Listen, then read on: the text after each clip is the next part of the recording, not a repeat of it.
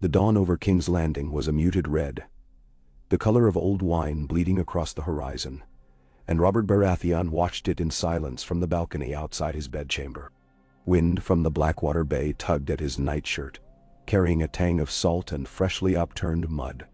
Below, the sprawling city stirred awake in hushed layers, fishmongers thumping barrels on the wharf, sept bells tolling a lazy call to prayer, the muted clatter of armor as the first shift of gold cloaks marched the mud-choked streets. Robert neither heard nor cared for any of it, his gaze fixed on the river mouth, where the water shimmered like beaten copper under the early light. And for a breath, he told himself it might be the Trident, the very bend where he had shattered Prince Rhaegar's breastplate with that fateful hammerstroke. Yet here in the south the memory soured, curdled by 10 years of fracture. Debts unsatisfied, alliances shriveling, a marriage grown poisonous enough to blister the tongue if spoken of aloud. Behind him the bedchamber smelled of stale wine and lavender oil. A blanket lay tangled on the floor. The mattress sat cold. He had not slept. Sleep required peace of mind, and peace was a commodity he no longer possessed. On the small table by the door rested a sealed parchment, Lannister crimson ribbon, golden lion pressed in wax, arrived in the black of night and borne by a courier who refused any coin save safe passage back to Casterly Rock. Robert glanced at it only once before returning to the balcony. He did not need to break the seal to know what it would contain. An accounting, no doubt, a subtle reminder of the Iron Throne's towering debts to House Lannister, perhaps cloaked as polite inquiry yet weighted with threat. He felt the urge to fling the letter into the brazier and watch it curl to ash. Instead he turned as the door opened, admitting Eddard Stark. The new hand moved with deliberate quiet, snow-colored cloak, whispering over the flagstones, gray eyes weighing the room before settling on Robert. No guard announced him. Ned required none. The king gestured him closer, noting the fine silver threads streaking Ned's hair since they last fought shoulder to shoulder. "I didn't summon you at this hour," Robert said, voice rasped from wine and a sleepless night. "Lord Varys delivered a message before dawn," Ned replied. "Small council meets within the hour at your bidding. I assumed you'd want my counsel first." Robert grunted, half a laugh, half disdain. "Counsel I have in spades, old friend. Courage. I find myself short of that. You've never lacked courage, Robert. Maybe not in the field. This," he tapped the crimson ribbon, "requires a courage of a different stripe. A king's courage, not a warrior's. Gods, Ned, I'd rather face another dragon than lean on Lannister gold a day longer."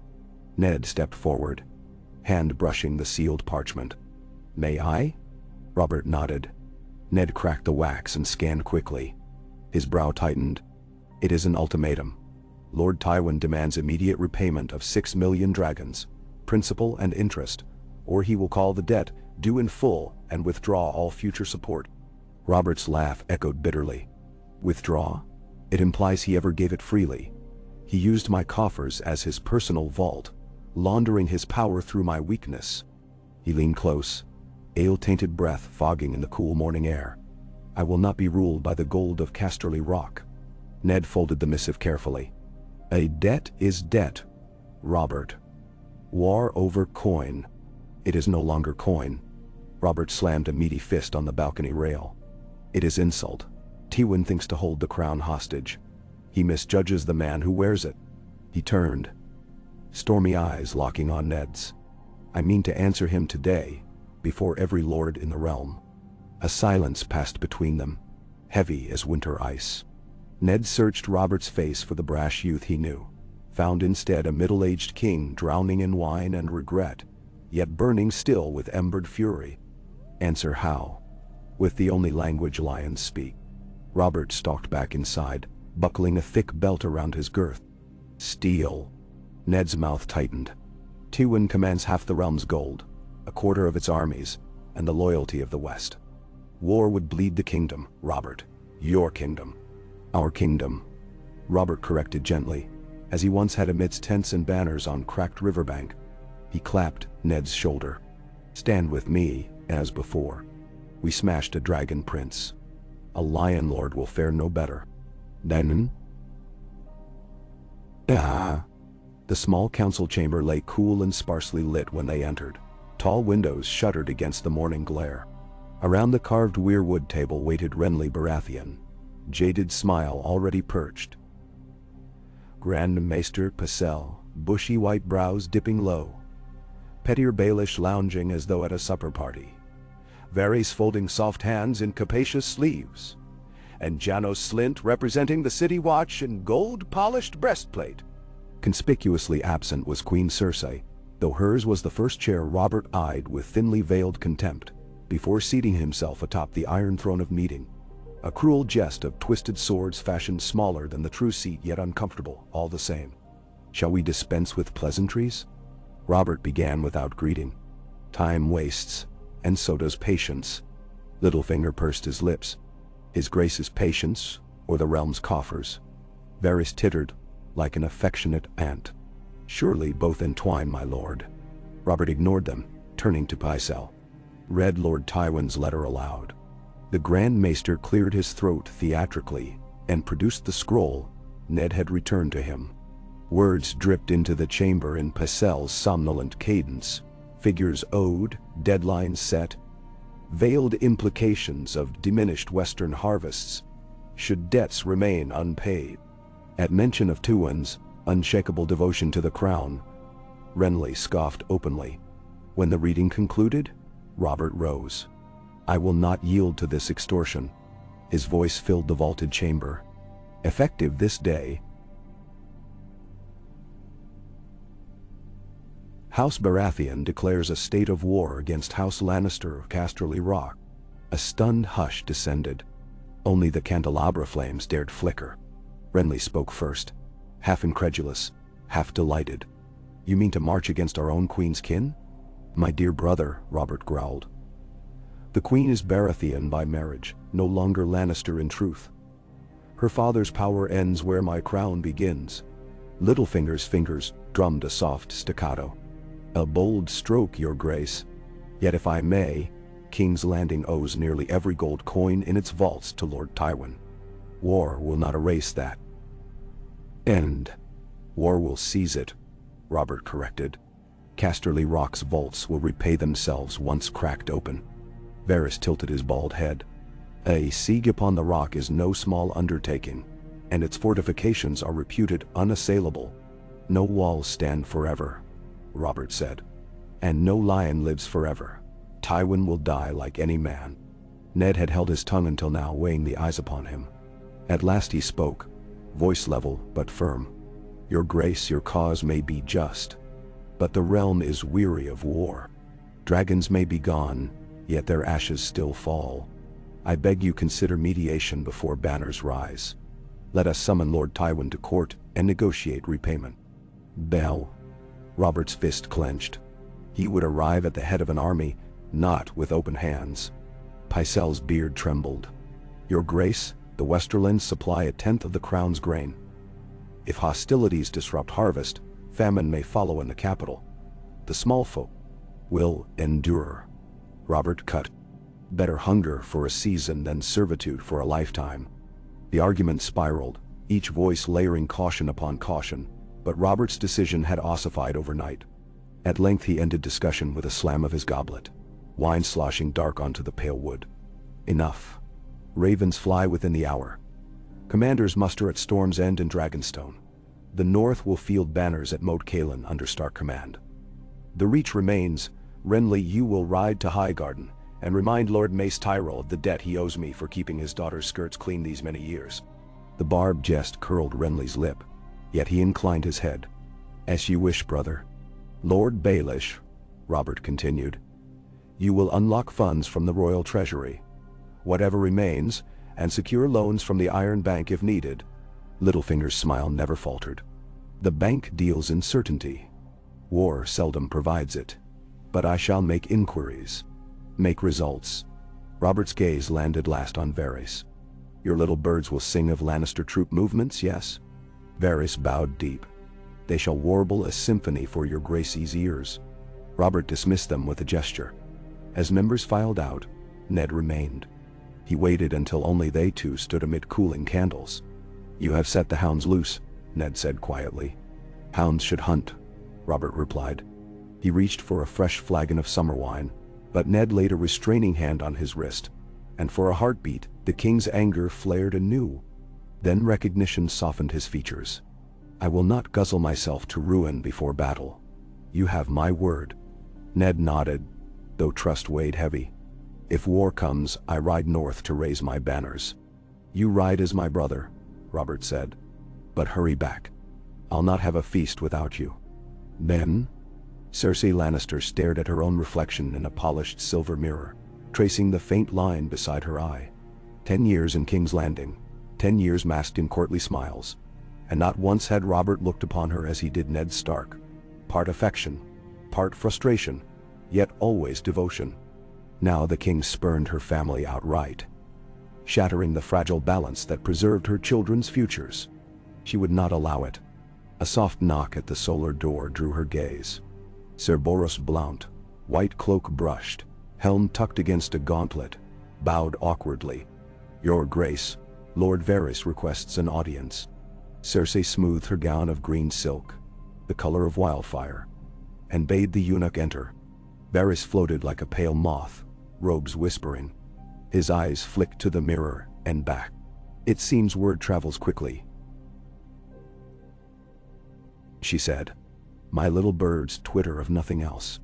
Varys settled into a chair. His Grace has, shall we say, unclasped the lion from the crown. Cersei's smile resembled drawn steel. He threatens what he cannot tame, yet a cornered lion may still kill. I know my father, she replied. He will not be cornered. Her thoughts spun. Jaime in the Kingsguard, far from Casterly Rock. Joffrey scarcely 12, bold as summer yet fragile. Myrcella innocent, Tommen still a babe. War threatened them all before their pawns were properly placed. We must avert this madness. Varys steepled fingers. Madness may be averted by maneuver. There are options. Cersei studied him. Speak plainly. The eunuch lowered his voice. A message to Lord Tywin might persuade him to propose marriage alliances, forge renewed bonds, anything to delay hostilities until cooler heads prevail. Or, Cersei murmured, a knife in the dark might remove the head entirely. Varys did not so much as blink. Assassination is a dicey art, Your Grace, and Robert's guards are thick. He leaves himself unguarded when drunk. Drunk, yes, but seldom alone. And there remains Prince Joffrey, too young to command the Seven Kingdoms unaided. The realm could fracture. Better to guide events than to ignite them. Cersei considered, weighing murder against manipulation, and found both intoxicating. Yet she knew her father's nature. Affront demanded response, and Tywin Lannister never forgave an insult. Every raven's wing already beat toward the rock, bearing tidings of war. So be it. She would sharpen her claws. Send your message, she told Varys. Warn my father of Robert's intentions, but tell him also that I am not without allies in court. Her green eyes hardened, and that the next stag he hunts may be a dead one. Hundreds of leagues away, in the vaulted audience hall of Casterly Rock, Tywin Lannister sat beneath a gilded lion that stretched across the ceiling like a frozen roar. The raven scroll lay open on the long stone table before him, its seal broken by his own steady hand moments earlier. Candlelight caught motes of dust swirling above the parchment, and the air smelled faintly of burned cedar from the hearth. Kevan Lannister stood rigid by the table's edge, lips pressed. He means to call banners within the fortnight, brother. Tywin's expression betrayed nothing. His green eyes, palest hue of new jade, flicked across the text again. Robert Baratheon is ruled by his temper, not his wits. Declaring war over a letter, it reeks of desperation. Kevan shifted. Desperation can win battles when fueled by numbers. The North will answer Stark's call. Storm's End will rally the Stormlands. Stannis holds Dragonstone and a fleet. Renly might sway the Reach. Stannis holds loyalty to law, not brother, Tywin noted. Renly sways nothing. Lord Mace Tyrell does not grant him. A hush lingered. In the silence one could hear the distant echo of pickaxes carving deeper into the rock. Miners forever chasing veins of gold. "We should ready our host," Kevin said. "It is already ready," Tywin replied. "And paid, unlike the crowns." He rose, crimson cloak settling like a bloody tide across the flagstone. "Send ravens to every bannerman from Banefort to Crackahall. They will assemble at the Golden Tooth within 10 days. We march east to the Riverlands. If Robert thirsts for war, he shall first sip the waters of the Trident, made red once again, but with his own men's blood." "Men Narwa." Kevin bowed. "And Jaime? His vows keep him at the Red Keep." Tywin's lips formed a thin line.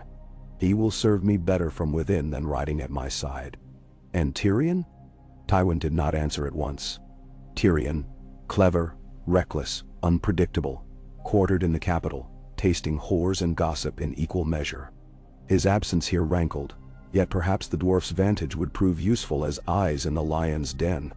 "Leave him," Tywin said at last. "The imp crawls where others cannot walk. He may yet gnaw something of value from the rotting hearts of King's Landing."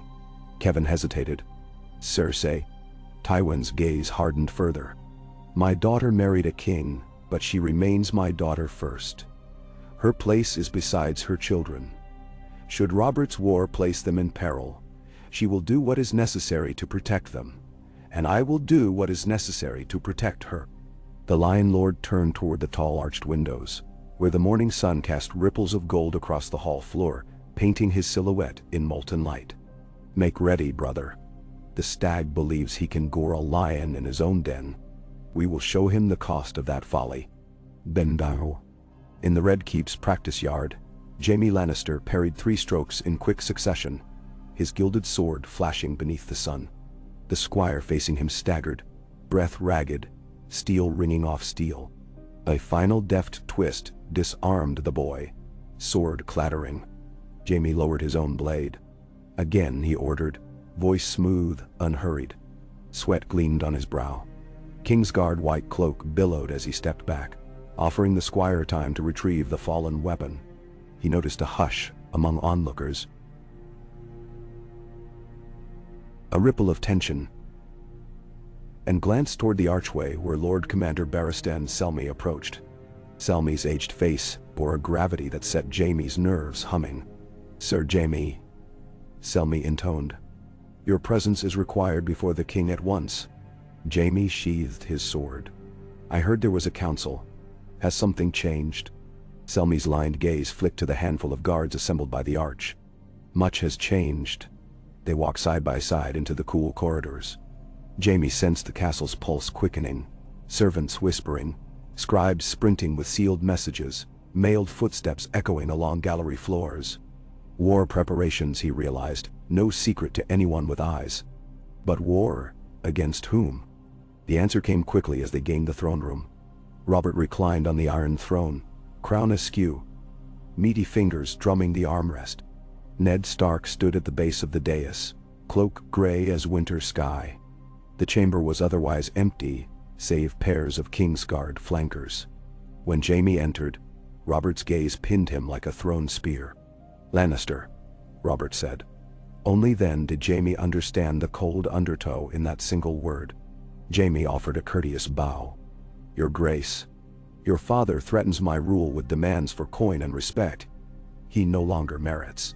Robert's voice boomed, echoing along vaults sharp as the sword supporting him. "I have answered. We are at war." Shock rippled through Jaime, but training masked it. "I serve your grace, as sworn." Robert's eyes narrowed. "Do you? A Kingsguard's vows bind you to the throne. Yet your sword hand is Lannister gold. Will you draw it against your own blood?" "Then?" Jaime met the king's gaze unflinching. "My oath is to protect you and your family, sire. I will keep it." Ned Stark shifted, wary, as though smelling deceit. Jaime read judgment in the Stark's eyes, old, familiar, sharpened by the memory of a young kingly slaying. But there too flickered acknowledgement of the crucible each man now faced. Honor tested against family, loyalty against blood. Robert leaned back, metal screeching under his bulk. "Then stand ready. For when the lion roars outside these walls, I shall unleash the hounds within. Dan see. 3 days later, the first raven flew north from Storm's End, wings beating over restless sea. Banners unfurled across the stormlands, trident of House Caron, gallows tree of House Dondarrion, dancing griffin of Connington, assembling beneath the stag crowned with iron. At Driftmark, white sails of House Valerian swelled with wind, bearing oaths renewed. On the King's Road beyond the Neck, Ned Stark led a lean column of retainers, grit of resolve in every stride as they pushed toward Moat Cailin, where the great Stark banners would wake from winter sleep. Throughout the realm, rumors multiplied like flies on a corpse. Some swore Robert meant only to frighten Tywin into renegotiation. Others whispered the Lion Lord had already sent assassins to King's Landing armed with poisoned daggers drenched in manticore venom. In taverns from Maidenpool to Old Oak, hedge knights began polishing mail that had rusted since the rebellion, nostrils flaring at the scent of coin and plunder. At the Crossroads Inn, where the Trident's forks meet, a lone singer strummed a plaintive tune of lion and stag locked in mortal dance. Few patrons tossed copper into his cup. Most huddled over cheap ale, glancing at the door each time it opened. Travelers spoke of supply trains moving west, of black smoke above Lannisport as smithies hammered swords round the clock. They spoke of the Farman fleet assembling off Fair Isle, crimson sails ready to strike at the Shield Islands, severing trade routes to the Reach. The road itself seemed to tense, as though the land drew breath before a scream. But war, once declared, does not arrive all at once. It creeps first through letters and ledgers, through hushed conversations by flickering candlelight, through anxious mothers counting grain stores against sons soon to depart. In villages dotting the Kingswood, men sharpened scythes into spears, while hunters practiced with long-hafted axes. At Harrenhal, the immense ruin brooded over green reflection of the God's Eye, its new lord, whosoever coin could purchase fealty, eyeing alliances like a crow weighs shiny baubles. Across the narrow sea, merchants in Pentos and Lys hedged prices of Westerosi grain, speculating profit from forthcoming shortage. The ripple widened. In King's Landing, small folk felt the shift most keenly. Bread lines lengthened as bakers raised prices, fearing blockade. The gold cloaks doubled patrols, cudgels striking first and asking after. Whispers of Lannister vengeance turned neighbor against neighbor, Lion loyalist against Stag swain. And through it all, Robert Baratheon strode. Chest thrust. A warhammer restored to polish resting against his shoulder, as though the intervening decade of bloat and indulgence had been mere pause between battles. Each night, he paced the Royal Solar. Maps spread across long tables, candles guttering low, while captains recited muster counts. Ned's absence was a hollow ache, but Robert filled it by recalling the chill of northern air, the reek of horse sweat, the cry of banners unfurling, reminders that he was born not to sit but to conquer. Yet as the days marched unheeded toward bloodshed, a shadow of doubt trailed him, thin as a thread yet unbreakable. Rhaegar had given him purpose, an enemy noble and bold, whose death crowned Robert in glory. Tywin Lannister, though formidable, inspired no ballads. His defeat would settle accounts, not shape legends. Would the realm remember Robert Baratheon as the hammer who toppled dragons, or the fool who shattered the crown upon the anvil of his own pride? Questions unasked linger longest. In the hush of pre-dawn, when even the rats in Maegor's tunnels stilled, Robert sometimes awoke sweating, heart rattling, seeing not Tywin's face but Lyanna's. Her hair spread on cold stone, roses wilting in blood. He wondered if war was simply the only melody he could still dance to, the only way to drown the silence she left behind. But sunrise chased doubt away, and with it came ravens. One bore Renly's sigil, reporting Lady Margaery's coming of age and Lord Macy's condition. Tyrell grain and men would flow if suitably rewarded. Titles, perhaps marriages. Another raven from Lord Roderick Greyjoy arrived unexpectedly. Loose talk of the Iron Islands offering fleet support should Lannisport be ripe for reaving, payment negotiable. Robert scoffed. aligning with krakens to battle lions reeked of folly. Still, the offer lay tempting on the board among pawns and kings. War is a game of pieces, and as the first month passed since his declaration, Robert found his table crowded with them. Wax seals of stags and roses, krakens and mailed fists, hawks and broken manacles of House Selmy's minor kin. Each token a pledge, a risk, a debt future owed. And everywhere, the crimson lion met his gaze, golden eyes glinting, daring the hammer to fall. Far to the west, atop a wind-swept ridge overlooking the tumbling river Tumblestone, Lord Tywin watched ranks of men drill beneath banners of red and gold. 10,000 infantry moved with steady discipline, spears angled skyward, shields locking in unison. He counted cadence beneath his breath. No wasted motion. He had personally ensured each captain understood the stakes.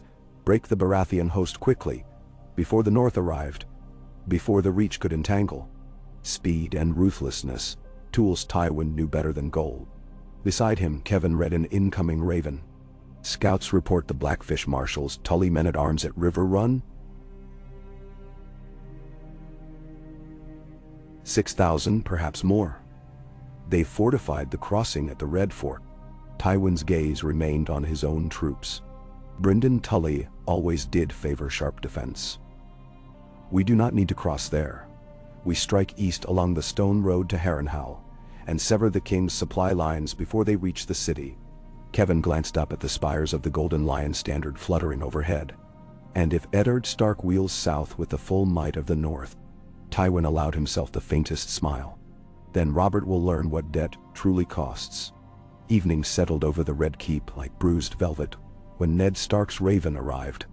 Robert unfolded the message by torchlight as hot wax dripped onto his thumb. He read swiftly. Banners rising. Torrance Square, Carhold, White Harbor. 10,000 strong within a fortnight. March begins south by the King's Road. God's willing, I return to King's Landing before first snow. Tell my sister I keep her children in my prayers. Tell the king my sword remains his, as my heart remains true. Winter may come sooner than war ends. Prepare accordingly. No.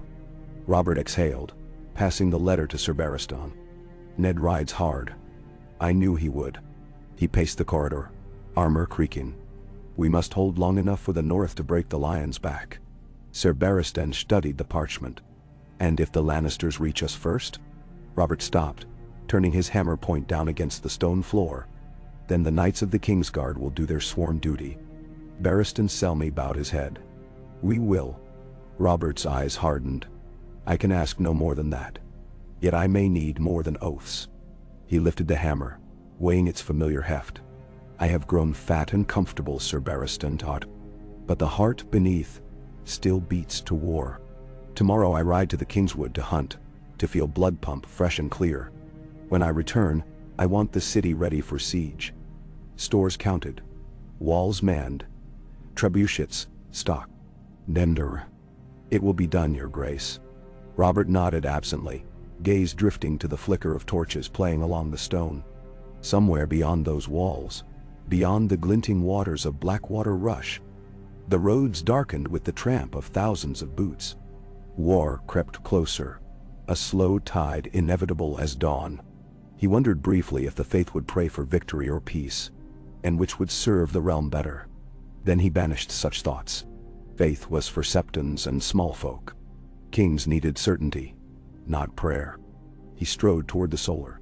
Outside, the night air bellowed with distant laughter from flea-bottom taverns, blissfully unaware, for a little while longer, that the wheels of war already ground the bones of knights and peasants alike to dust in their inexorable turn. And high above the city, under a crescent moon, the Red Keep's banners snapped, stag and crown, casting long shadows on the courtyard flagstones, where they flickered like antlers dipped in blood. The chill before sunrise settled over the Godswood at Winterfell like a second skin, thin yet inescapable.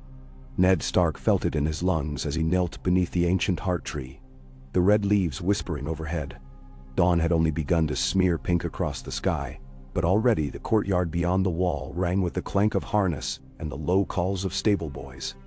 His banners mustered south in 2 days. This quiet moment was to be the last he would steal from the land that had shaped him. He pressed his palm to the face carved in the weirwood, rough grooves weeping sap that beaded like blood. Lyanna's specter lingered here as strongly as in the crypts.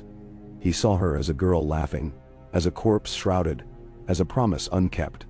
When he pushed to his feet, snow dusted the shoulders of his cloak, and in that ghost-still air he heard the crack of an axe far off, someone splitting kindling for the breakfast fires. Life continued, indifferent to grief. Across the yard, Rob supervised the loading of supply wagons, gray direwolf cloak flaring behind him. He was near tall enough to look Ned in the eye now, though the boy's cheeks still held the softness of youth. Seeing his father approach, Rob dismissed a groom and strode over with the long, quick steps bred of daily training and mail. "They say Lord Karstark arrived at dawn," Rob reported, face lit by the urgency of responsibility. 200 horse and 1,000 foot. "They'll camp beyond the inner wall." "They'll share our hearths tonight," Ned corrected gently. "When winter comes, no man of the north is left to the cold." Rob nodded, but his blue eyes flicked southward toward the King's Road, toward wars and stories awaiting beyond the horizon. He tried to hide the thrill of it. Ned saw through the mask. 15 was an age for hungers, and the boy hungered for deeds. "I leave the castle to you and Maester Luwin," Ned said. "You'll sit my seat in the Great Hall." The words landed heavy, as he knew they would. Rob's throat bobbed once. "I won't fail you. If war drags, you may need to send fresh grain, perhaps more men. But guard Winterfell first. The wall is quiet, yet quiet can break." Menanti. From the corner of his eye, Ned caught sight of Arya perched atop the training fences, braids flapping as she mimicked the sword forms of the guard captain below. Bran clung halfway up a tower ladder, heedless of a nurse shouting. Beyond them, Sansa walked with Septa Mordane, reciting, and little Rickon chased the direwolf pups at full howl. All the life he had fought to protect now risked fatherless nights. He reached to clasp Rob's shoulder, squeezing once in silent farewell. The boy's eyes shimmered, but he did not look away. By mid-morning, Ned rode out under a sky veined with weak sunlight, a column of 500 Winterfell men in his wake, first spear tip of a northern host that would swell as each holdfast pledged swords. The crunch of hooves on hard earth echoed against the walls. From above, old Nan and dozens of small folk watched, huddled in cloaks, love and dread mixing on their faces like frost and tears. When the gate chains rattled and the great timbers groaned open, Ned breathed the scent of the King's Road. Damp pine, distant peat smoke, a promise of long miles. His banner unfurled behind him, direwolf snarling silver on white. At his side trotted Jory Castle and Hallis Mallen, rangy men with eyes sharp for threat. 12 riders bore horns to summon levies. As they passed the last winter-blighted trees, ravens burst from branches, black shapes scattering against the pale sky. 200 leagues south, Lord Tywin crossed the Tumblestone at the head of his host. The bridge of the Red Fork shuddered under iron-shod march, shields gleaming with fresh lacquer.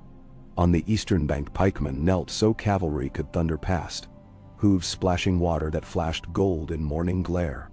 Tywin neither turned his head nor slowed. Every gesture measured, relentless. The war machine he forged decades earlier was awake again. Gear teeth oiled with coin, wheels spiked with discipline. By nightfall that column coiled 10 miles in length along the river road, campfires blossoming like a chain of fiery petals. From his pavilion, Tywin listened to the hum of 20,000 men eating, sharpening, cursing. He heard order where others would hear chaos. The pace of ladles in broth pots, the rhythm of Fletchers binding goose feather shafts, the guttural cadence of sellswords counting shares. Kevin entered bearing a ledger and 2 sealed notes. "Sarah Dam reports River Run holds firm," Kevin said. "Tui banners muster but have not ridden." "They wait on the king," Tywin answered. He cracked the first seal. Various cipher. A flicker in his eyes quickly quenched. "Cersei sends warning. Robert prepares the city for siege. Can he hold it?" Briefly, Tywin tapped parchment against his gauntlet. If we intercept his grain on the Roserad, King's Landing will eat itself within moons. Kevin opened the second note. Crude, no seal, signed only with a kraken. He grimaced. Balin Greyjoy offers to strike Lannisport. Tywin's laugh was quiet, harsh. The kraken scavenges, not allies. Send him flattery promises, anything to keep his attention westward. When Lion and Stag have finished, he may pick bones. For now he stays leashed by his own pride. Outside, a horn blew the tattoo for third watch. Tywin stepped to the map table where wooden lions marked divisions. His hand drifted to the Riverlands piece, then passed. Hovering over a tiny painted fortress. Harrenhal. Charred towers loomed in miniature just as the real ones stabbed the sky leagues away. He saw the logic Ned Stark might pursue. Seize a Harrenhal, split Tywin from supply. He moved a lion start to block the path. Satisfied, he dismissed Kevin and stood alone under fluttering candlelight, listening to his army breathe. Across the narrow sea in Braavos, Tyrion Lannister watched a pair of mummers enact the dance of the demon monkey in a candlelit winehouse. The dwarfs' laughter rolled as the actors flailed tails and shrieked at each other. Charade of Westerosi politics set to loot.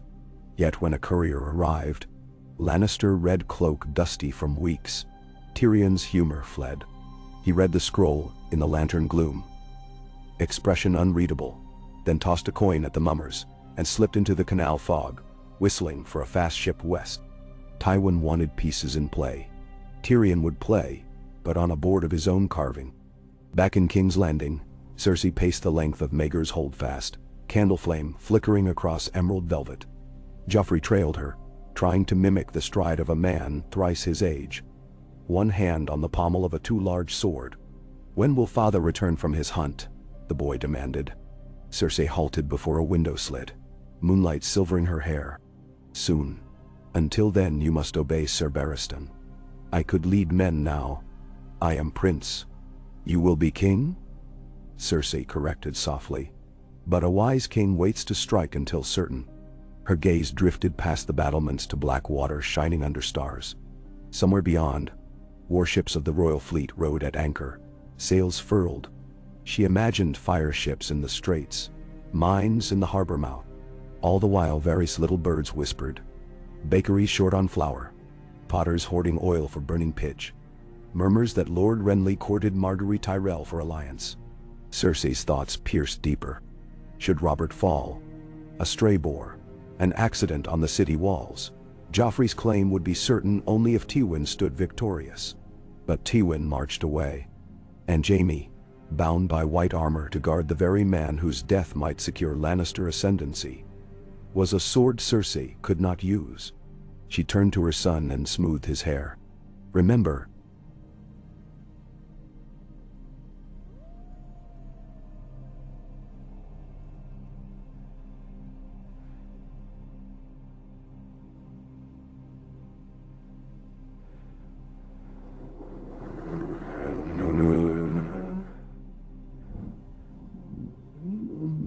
Jill."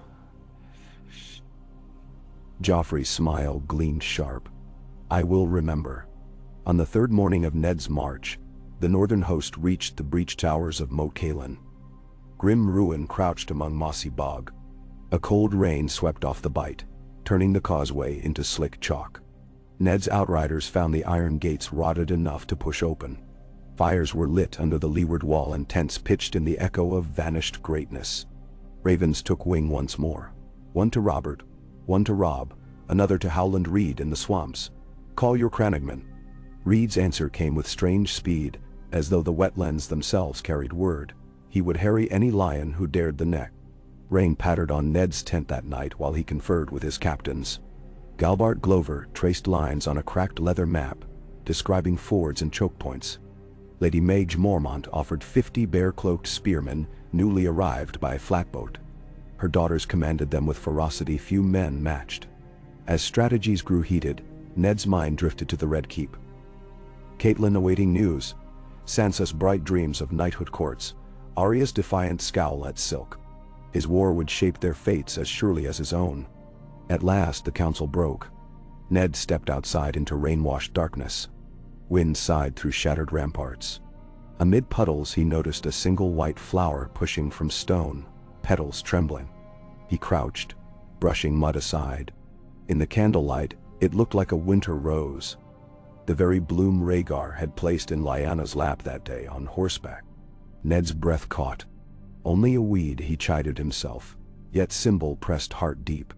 War over women and honor had cost thousands once.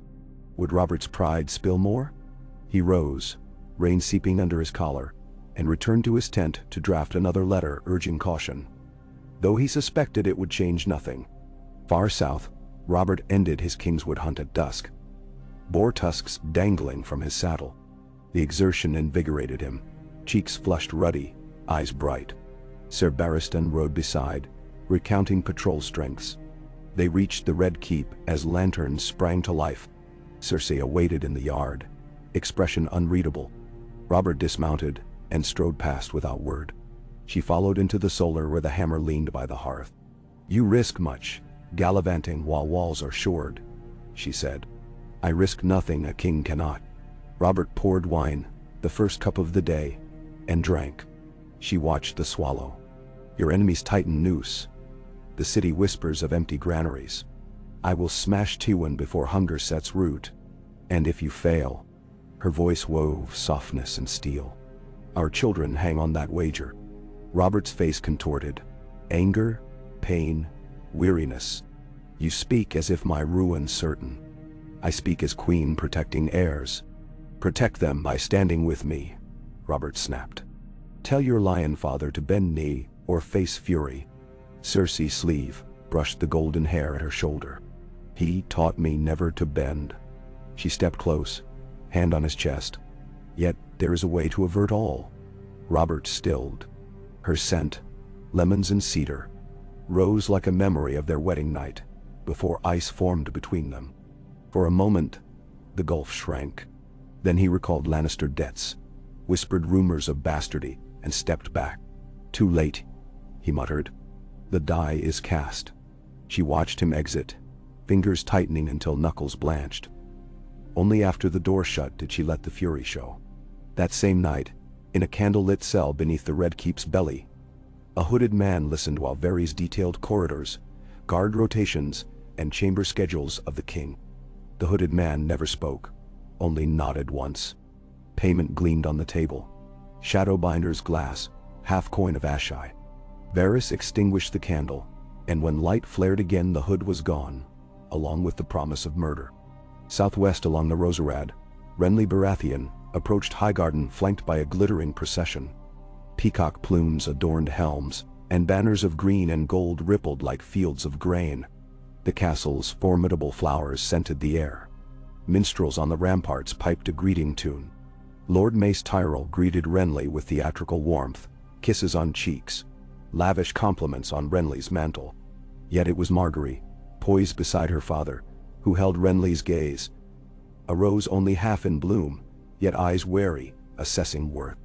In the feast that followed, Renly spoke not of war but of tournaments, summer journeys, songs. Mace, flushed with wine, boasted of 40,000 levies at command. Renly smiled as a banker smiles at open vaults. He would bind the Reach with charm and promise, then return to King's Landing with a queen, in all but name. Beyond the seas, Daenerys Targaryen watched crimson sails unfurl at Qarth's harbor. Word reaching her of Westeros tearing itself anew. Dragons circled above, growing each day. War might be the tide upon which she sailed home. But that belonged to another tale. In Westeros, old wounds reopened. A week later, Robert convened his captains on the ramparts. From the parapet, they saw oxen drag trebuchets into place, crates of quarrels stacked high, cauldrons ready for boiled oil. The river glittered under noon, deceptively peaceful. Robert outlined defense. Fleets to hold Blackwater Bay, longbowmen on the city walls, sorties from the Kingswood to harry any encroaching siege lines.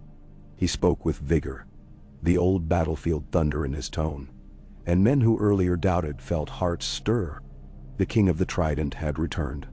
Jaime Lannister watched from a distance. Each order Robert gave was another blade lifted against the lion's throat. Yet honor bound him. That night, he sought Cersei's chambers, gained entrance through secret stair. Candlelight revealed tension etched in her brow like cracks in guilt. "You plan something," Jaime said, voice low. "Planning is survival." She poured wine, arm trembling faintly. Father marches. Robert digs in. Between them we stand, us and the children. "Robert is not without merit," Jaime offered, surprising himself. "He was once my friend. He murdered our future the day he raised that hammer." Cersei hissed. "Would you see Joffrey bow to Starks and Tyrells?" Jaime shook his head. "I swore. I know your vows." Her fingers brushed the white cloak's collar, lingering. "But remember your blood." She leaned to whisper. "If a chance comes to end this war before it begins, seize it." Her lips brushed his. "For me." He left uneasy, white cloak swirling like surrender. On the 15th day from Winterfell, Ned's host reached the village of Queensgrow. There they joined Karstark foot and a column of flinty mountain clans. Camp sprawled along the lakeshore, tents dark against the fading rose sky. Fires dotted the fields. It was here a raven found Ned bearing disquieting news. Renly betrothed to Margaery. Tyrell armies rumored on the march, but for which side uncertain. Lord Walder Frey soured by unpaid debts, and whispers of sell-sail companies landing near Crackclaw Point wearing no sigil. War brewed storms no map could predict. He gathered his lieutenants in the village sept, Rue's stone walls echoing with their voices. "We must hasten," Ned said, spreading fresh reports. "If Tywin aims for Harrenhal, we beat him there or cede the neck." Galbart argued for caution through boggy country. Lady Meg slapped the map with calloused palm. "Fight now, fight hard." The debate ended when ravens shrilled overhead, black silhouettes swooping low and frantic, as if driven by some unseen gale. Their arrival felt omen. That night Ned dreamed of Bran falling, of ice splitting under stag hooves, of blood blooming on snow. He woke to thunder without rain. Hooves. Scouts brought word. Lannister outriders sighted a day east, pushing hard. Morning light revealed spirals of smoke to the horizon. By the shores of the Blackwater, Robert climbed the highest tower of the Red Keep at dawn. Breath gusting white. A distant rumble reached him. The capital awakening under war's shadow. He scanned the roads south where dust clouds rose. Farmers driving flocks behind walls. Traders fleeing. Beyond, a blue haze hung above the Kingswood. He fancied he could see movement. Some army's vanguard? Imagination, perhaps. Footsteps behind. Sir Barristan appeared, silver hair whipping in wind. "Your Grace, ravens from Storm's End." Lord Penrose Bar's shipment of grain, claiming reserves for siege. "Penrose serves Stannis," Robert muttered. "Stannis plays rules while the realm burns." He sighed. "Send Edric Storm to treat with him. Remind Penrose of my first victory beneath those walls." As Barristan departed, Robert rested gloved hands on cold stone. Below, fishermen cast nets into a river that might soon brim with corpses. He pictured Tywin approaching, golden lion banners catching sun Tykati. He pictured Ned striking from the north, two mighty jaws closing on iron vice. Would they meet in time? Would any of them? Somewhere in the middle of those calculations, he wondered if the realm might fracture again. Each lord claiming kingship, a second dance, but with lions and stags instead of dragons. Wind lashed his cloak, snapping like sails. He whispered a prayer to gods old and new, just in case, and turned down the stairs to prepare the city for the siege he could almost taste in the salt heavy air. Miles away, across muddy fields north of Harrenhal, two scouts crept through rushes and stared wide-eyed at what loomed beyond. Torchlight by the thousands, glint of spearheads beneath banners of gold on crimson. The lion host had reached the god's eye first. One scout swallowed. "We run to tell Lord Stark." "We run," the other answered, already rising. They fled into night, raven feathers in human form, racing to deliver the truth. The Riverlands would burn come dawn, and no direwolf was yet near to howl warning. In that purposeful dark, Lord Tywin ordered his chiefs to hammer stakes for palisades. Wagons circled into barricades. Siege towers assembled. Not against stone walls this night, but against time itself. Prepare so swiftly the enemy could never match. As the first fires of his camp sprang high, he allowed himself a single moment beneath the stars. They glittered cold and distant, like bits of quartz in black ore. Beautiful, useless, unable to melt the iron in men's hearts. He thought of Joanna, long dead, and of the children she left him. He pictured Cersei's fierce ambition, Jaime's tarnished honor, Tyrion's restless intellect, all poised to prosper or perish. Upon the board he maneuvered. In distant King's Landing, a knife waited in a hallway's hush. Somewhere at sea, a dwarf guided a ship through storm toward home. And on the King's Road, a grim lord pushed south, winter inside his eyes.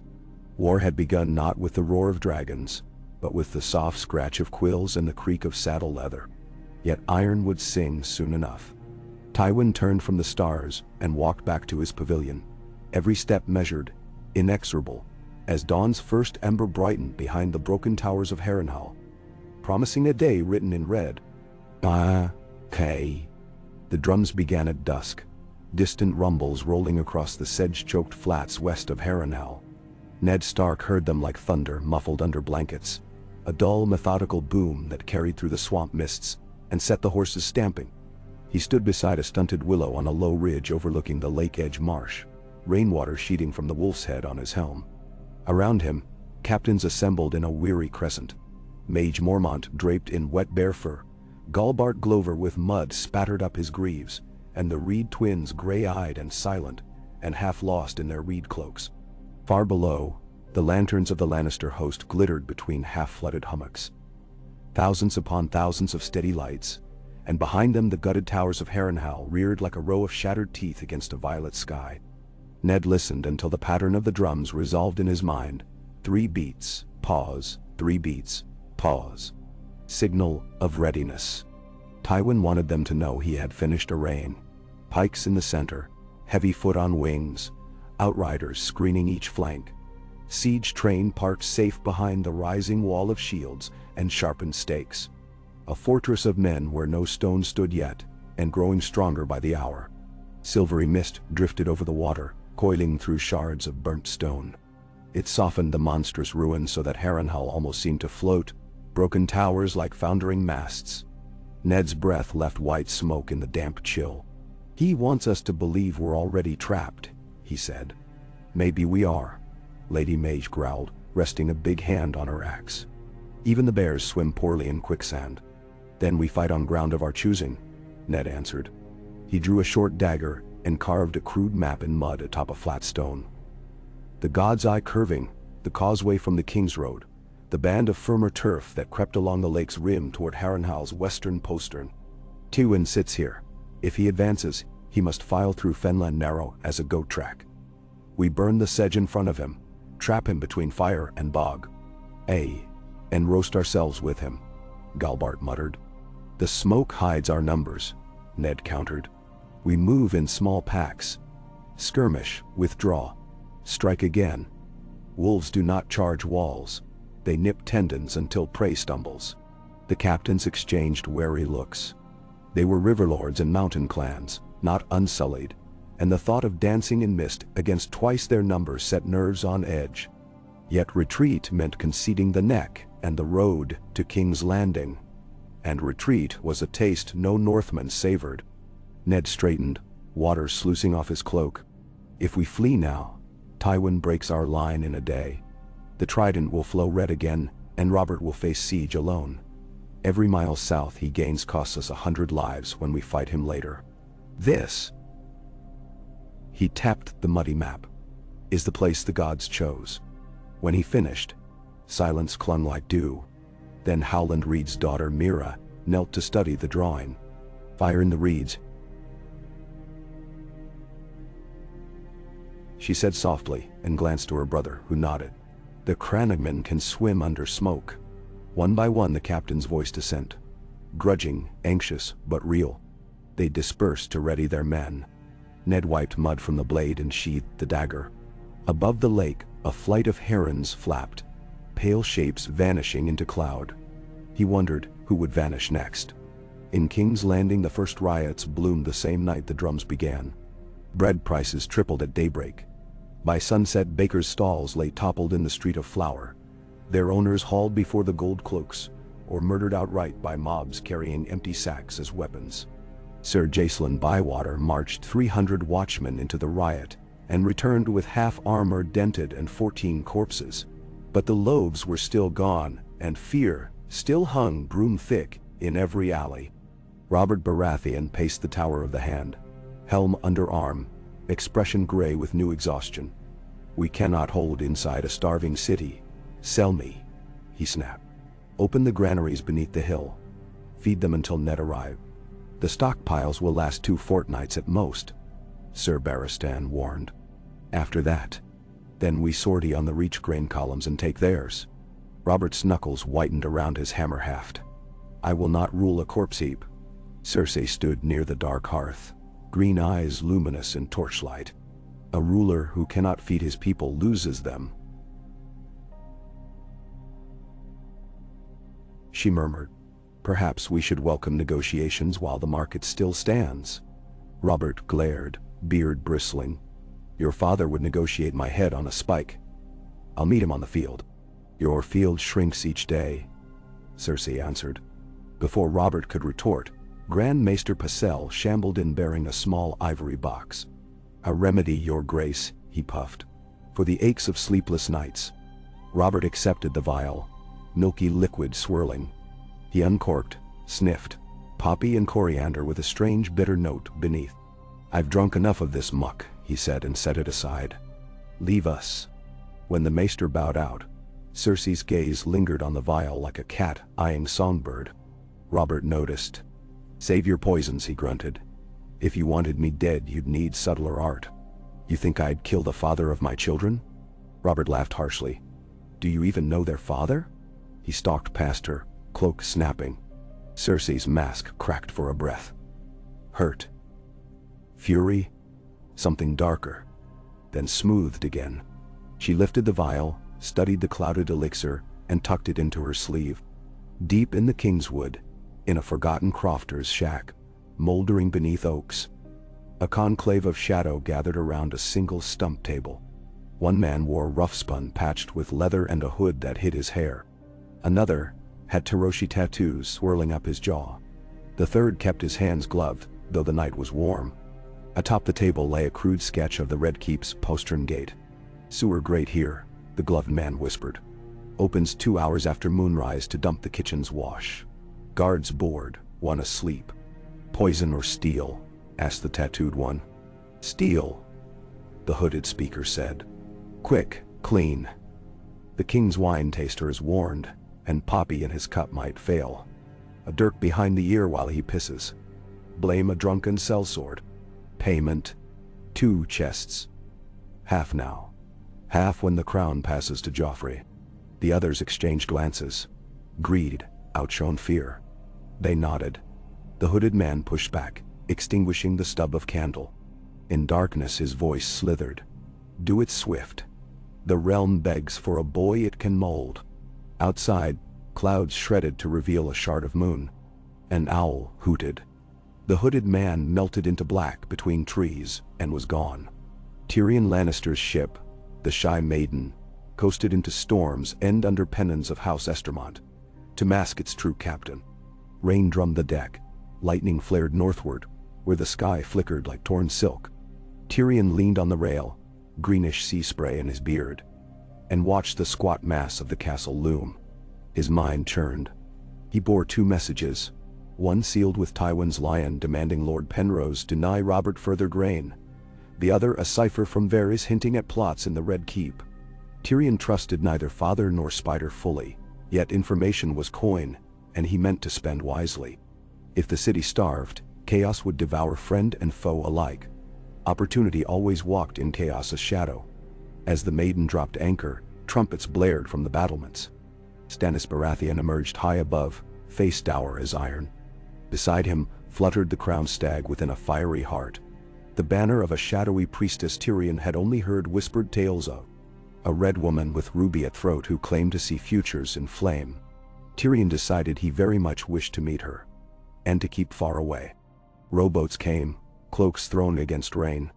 Tyrion's escort cursed the wet, but he only laughed, thinking how storms and wet leather help disguise height. "Take me to your lord," he told the knights when they gripped his elbows. "I bring words worth more than gold if he has ears." On the lake shore reeds crackled to life at midnight. Crannogmen crawled on bellies, torches trailing oily smoke, and set pitch-soaked bundles ablaze in a line half a mile long. Flames rose hissing, and the wind that normally dozed over the god's eye breathed sudden east, pushing heat and stinging ash straight at the waiting Lannister van. Horses screamed as sparks bit coats.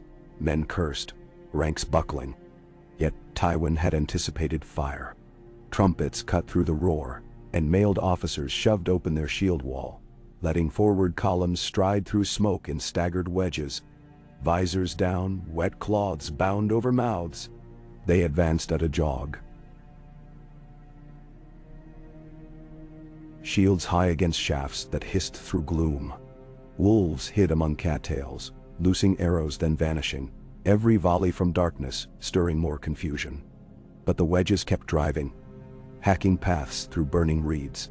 Embered plumes caught helms. Soot smeared cheeks. When one wedge stumbled into a bog pit and sank thigh deep, the next veered around and pressed on. Discipline held. Ned watched from a knoll behind the first tree line, counting banners. Red Ox, Golden Tooth, Taro Flower of House Marbrand. 3,000, maybe more. Forging foothold. He signaled Glover. Time. Northern horns brayed 3 notes. Wolf's howl broken. Suddenly, the thickets behind Tywin's van erupted as Karstark cavalry burst forth.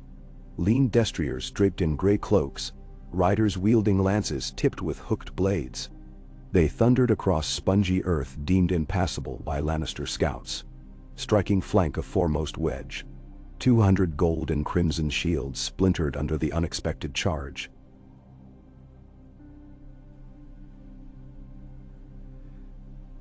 Men went down crushed in muck. The Karstarks wheeled away before counterblades reached. A heartbeat later, another horn answered from the east, where Mage Mormont's foot surged through a hidden dryer strip, axes rising. They screamed a war cry that turned blood ice.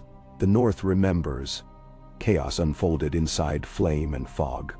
Yet above it Tywin remained a fixed point, issuing curt orders from atop a low earthwork. He fed reserves to any breach, signaled archers to loose high arcs that rained behind wolf sorties. And slowly, inexorably, the wedges expanded into phalanx again, pushing line of fire west. Dawn peeled back night to show the battlefield.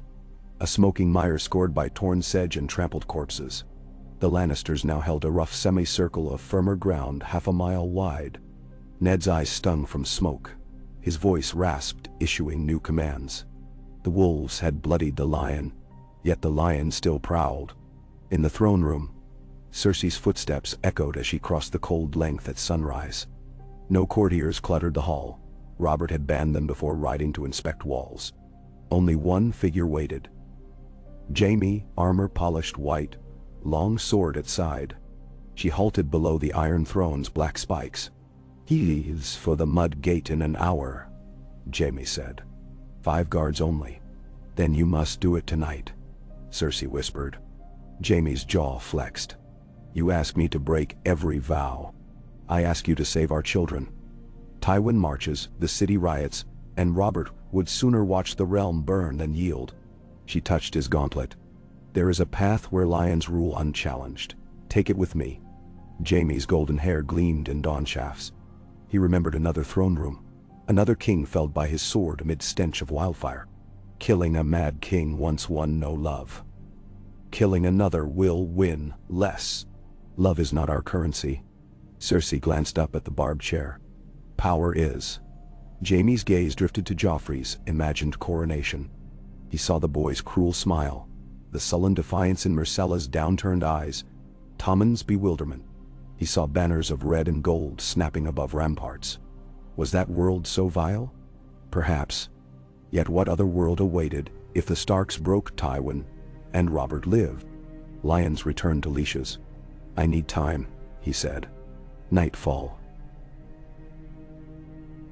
She pressed. "After that, Varys cannot guarantee silence." He did not answer. She left, perfume trailing like promise. At afternoon on the lakeshore, Ned ordered retreat another half-mile into alder groves. The Lannisters advanced cautious, building breastworks as they moved, wary of every puddle. Casualty winded both sides, but ratio favored Tywin. Wolves bled slower, but could not replace. Rain returned at dusk, quenching reed fires and blotting arrow flights. Ned's captains gathered in a sagging command tent, dripping from seams. "How long can we keep this?" Glover demanded. "Until night," Ned replied. "Then we strike his rear with everything." Meg Mormont slammed fist to table. "Direct assault on the wagon camp? Fine work for bears." "Aid," Ned corrected. "Fast. Silent. Destroy his food, his powder, his spare shafts. Without supply he must fall back. Nendandero. The gods grant dark moon." Howland muttered, eyes half-lidded. "Crannog paths run under his feet. We know ways he never scouts." Decision set. The captains dispersed into rain. Ned lingered by a guttering candle. He unrolled a fresh parchment and wrote to Robert with cramped, frost-stiff fingers. "Hold. Delay siege. Enemy engaged here. Will bleed him. Tell cat children safe. The dire wolf still hunts." He sealed with mud wax and passed to a raven keeper. Outside the lake sighed. Frogs croaked. Somewhere a wounded man moaned until steel quieted him. Ned closed his eyes, picturing snow falling on Winterfell, soft and white and merciful. Then he donned mail, took ice from its oiled wrappings, and stepped into night. Tyrion sat across from Davos Seaworth beneath Storm's End's great arches, gnawing a peach. The smuggler lord watched him with amused tide-green eyes. "Your father says starve the king," Davos began. "Big notion."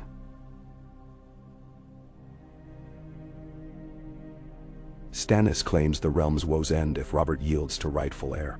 "And who might that be?" Tyrion asked. Davos' lips tightened. "Stannis says Joffrey, not Robert's seed." Tyrion's heart skipped, though his smile held. People say all sorts of naughty gossip. Gossip with proof. Stannis rides to Dragonstone now, raising banners. Tyrion sucked juice from peach, wiped chin. "And you?" "Onion Lord backing which stag?" "I back the realm," Davos said quietly. "Too many lords count coin while small folk starve. End this feud before it breaks." Tyrion leaned forward. Candle shadow warped his mismatched features. "If I carry your plea to my brother Jaime, and to the Hand, Ned Stark, would you convince your grim master to delay? Give me a fortnight." "Fortnight and bread convoys pass?" Davos asked. Tyrion shrugged. "If King's Landing eats, riot quiets. Robert might listen to sense. Tywin may temper butcher's work if city not in flames." The smuggler studied him, weighing trust. Finally Davos stood. "I'll try." "Storm God's witness." He extended a rough hand. Tyrion clasped, thinking how alliances sprout in unlikely soil. Night at Harrenhal fell thick as pitch, moon veiled behind fat clouds. In the Lannister rear, rows of wagons and ox pens formed a makeshift bastide, lit by torches pinned in damp sod. Guards thawed bread on spits, counted arrows, drank sour wine.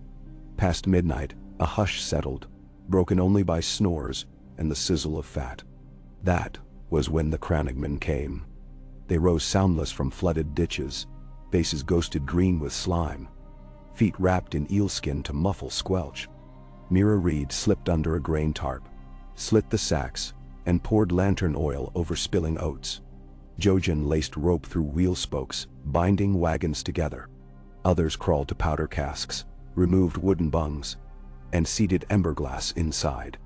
A sentry turning to relieve his bladder glimpsed movement. Too late. A reed spear snicked his throat. He collapsed without cry. Moments later, a horn of waterfowl bone wailed from the tree line. A signal. Mira struck flint to steel, sparks kissed oil, orange serpent leapt. All across the rear the night flowered into sudden bloom. Flames raced along wagon canvas, licking bowstrings, igniting pitch barrels with hollow whumps that blew burning rain high. Oxen panicked, dragging lashed wagons until ropes tightened and toppled loads. Men woke screaming. From Northwood,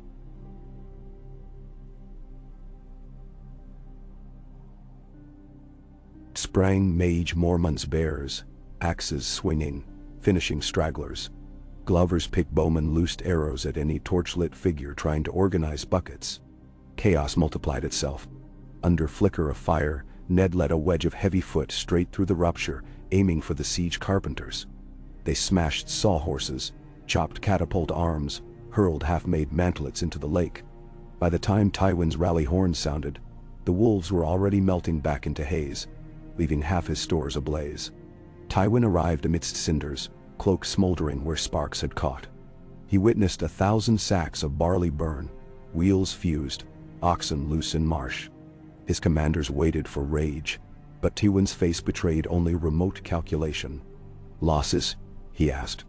400 men, near all teamsters," Sir Adam replied. "Powder munitions destroyed, 2 trebuchets wrecked beyond repair." Tywin nodded once.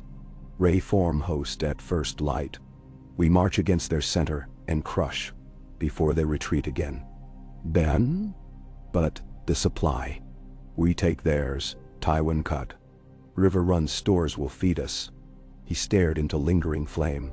"The time for pricks at ankles is done."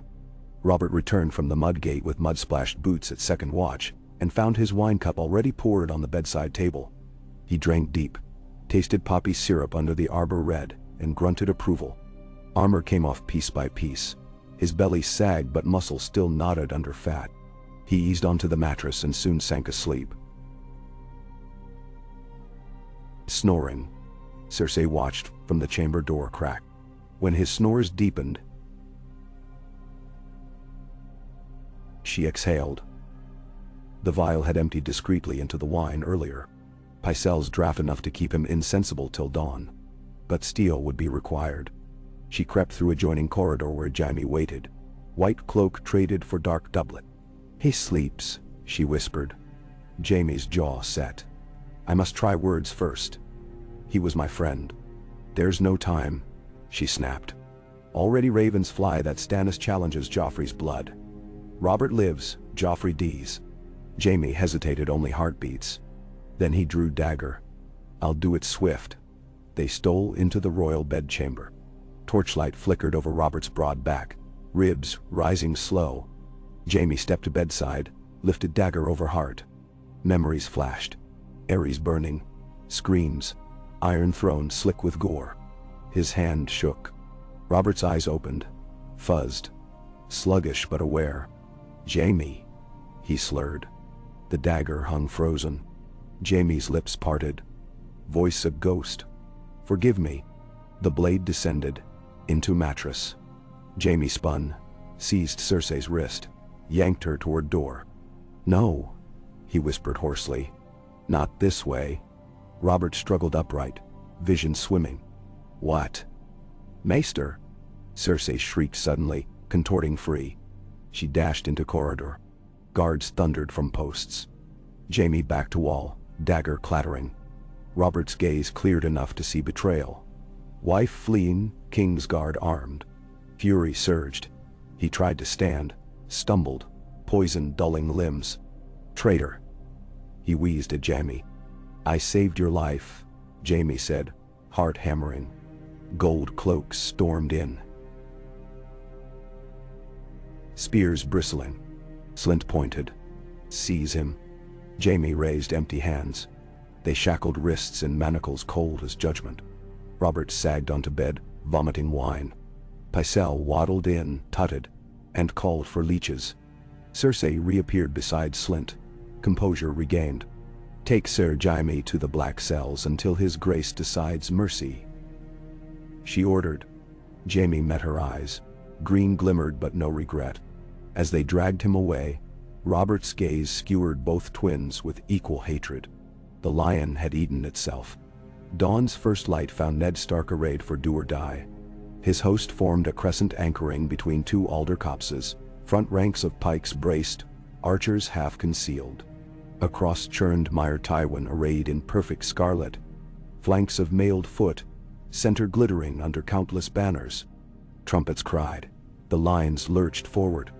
Arrow clouds met midair. Spears met shields in ear-splitting shatter. The ground shook with charge of Lannister heavy horse sweeping around Ned's left. Northern archers dropped, knelt shafts. But weight crashed through. Hooves churning sludge. Glover's reserve surged to plug breach. The fight devolved into horrors of melee. Iron clanging. Men grappling chest deep in water. Ned fought near center, ice carving arcs. A red cape swung axe. Ned parried, riposted through mail, shoved corpse aside. Rain hammered. Sweat stung eyes. A horn on his right wailed distress, Karstark line folding. Ned shoved forward, seeking vantage, but bodies jammed path. Then, over clash and roar, came unfamiliar trumpets to the west. Both armies faltered. From tree shadows appeared new banners, Tulip and Fish. The Tully host at last, Brynden Blackfish leading vanguard down embankment in disciplined files. And behind them, Sunburst of House Vance. Twin towers of Frey, crescent moons of Mallister. They crashed into Lannister flank like a hammer on anvil. Tywin's officers scrambled. The lion line bent, strained. Still, their center pushed, trying to break Ned before reinforcement fully engaged. Ned roared orders, "Press!" His battered ranks found second wind, axes rising amid mud spray. Somewhere to his left Mage Mormont vaulted a fallen standard, cleaving helms. Howland Reed's darts felled pikemen from waist-deep pools. Yet Tywin did not yield easily. He peeled his household guard from reserve, and led a countercharge straight at the Blackfish banner, hoping to cut a path out. The clash of lord against lord erupted. Tywin's Dorado armor dull with grime. Brynden's trout-sigilled shield rippling. Spears broke, swords flashed, horses screamed. Arrow dark sprouted in Tywin's horse's neck. Beast crumpled, pitching him. He rolled, rose, blade whirling. Guards closed. Blackfish dismounted. Advanced through ring of allies. "Yield," he barked. Tywin's reply was silent steel. They joined. Stroke, riposte. Shield slam. But wolves were closing from rear and trout from front. A noose tighter each breath. Far off Ned saw the swirl of banners around Tywin constricting. He drove his own guard ahead, clearing path of wounded and dying. Rain slicking ice red. When he reached the circle, Tywin's helm spun off, revealing grim face spattered black with mud and blood. Their eyes locked across chaos. Old foes grown older, the rebellion revived. Ned raised hand to order halt, to demand surrender. Tywin lifted sword as if to charge. But a Crannog dart bit his thigh, staggering him. A Frey mace struck helm again. Guards pressed to shield Lord. "Hold!" Ned shouted, but noise swallowed. A Northman's hammer crashed Tywin's shoulder. The lion went down beneath trampling boots, vanishing in knot of combatants. "Take him!" Ned yelled. His men surged, but a sudden horn from rear signaled Lannister withdrawal. Units peeling east in desperate rout, toward still-held causeway. Rearguard threw themselves into fray, buying Lord's extraction. Blackfish lost sight of his prize.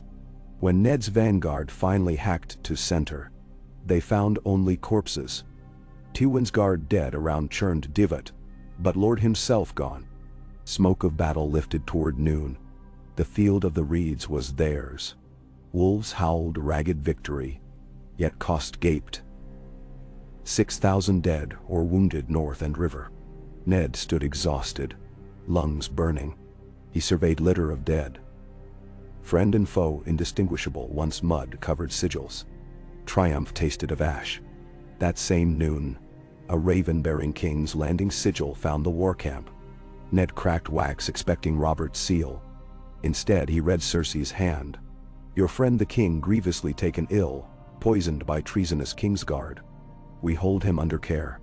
By decree of Queen Regent, Sir Jaime condemned.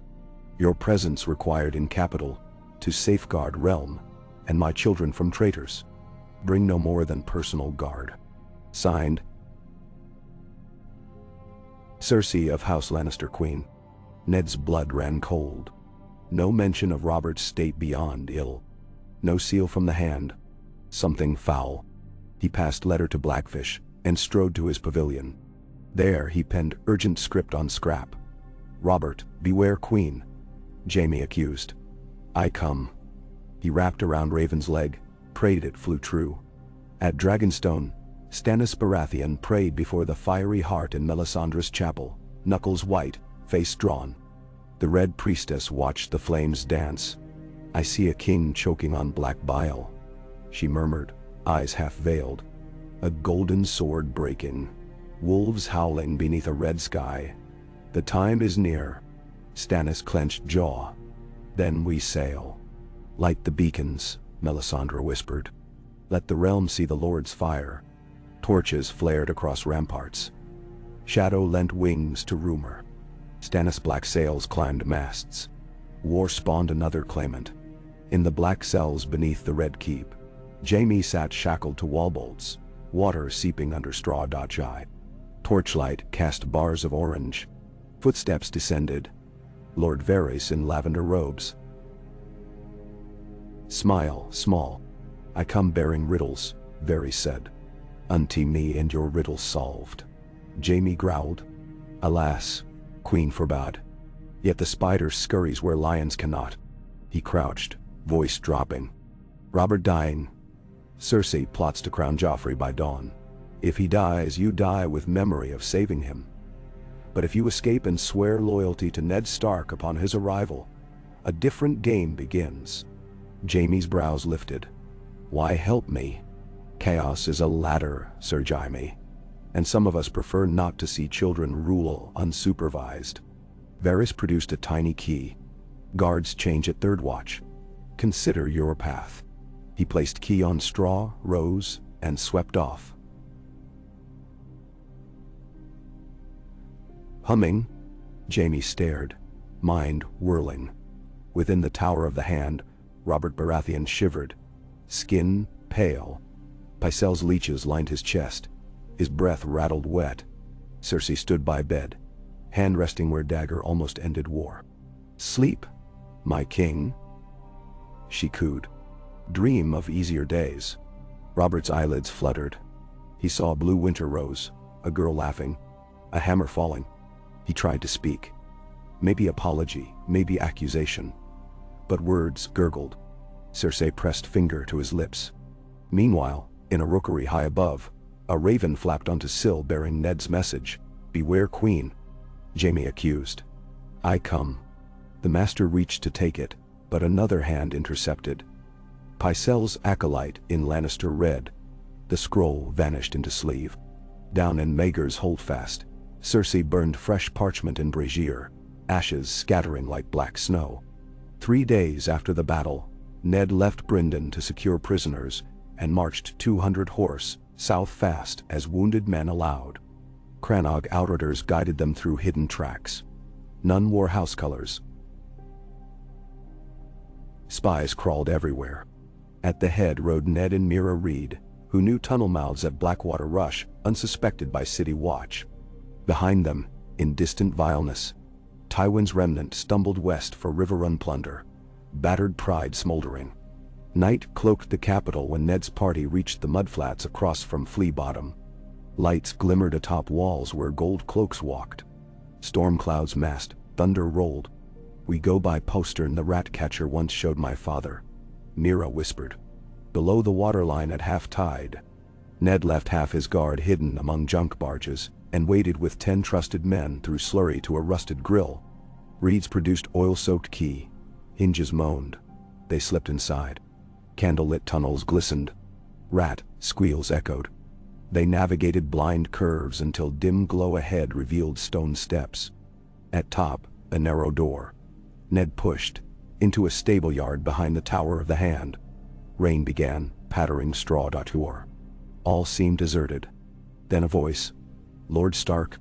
Tyrion Lannister stepped from shadows, lantern raised, face weary, and mud-spattered travel garb. Behind him stood Davos, cloak dripping. Ned's hand flew to hilt. "Peace," Tyrion said. "We meet as enemies of a greater madness." He extended scroll, bearing Robert's faltering signature. Date 2 days prior. "The king commands your appointment as protector while he lies under poison." We got him to sign before Cersei tightened the noose. Ned snatched, eyes scanning. Signature shaky, but wax authentic. Hope flared. "Where is he?" "Kept prisoner in his own solar," Tyrion said. "The Queen's Guard blocked doors.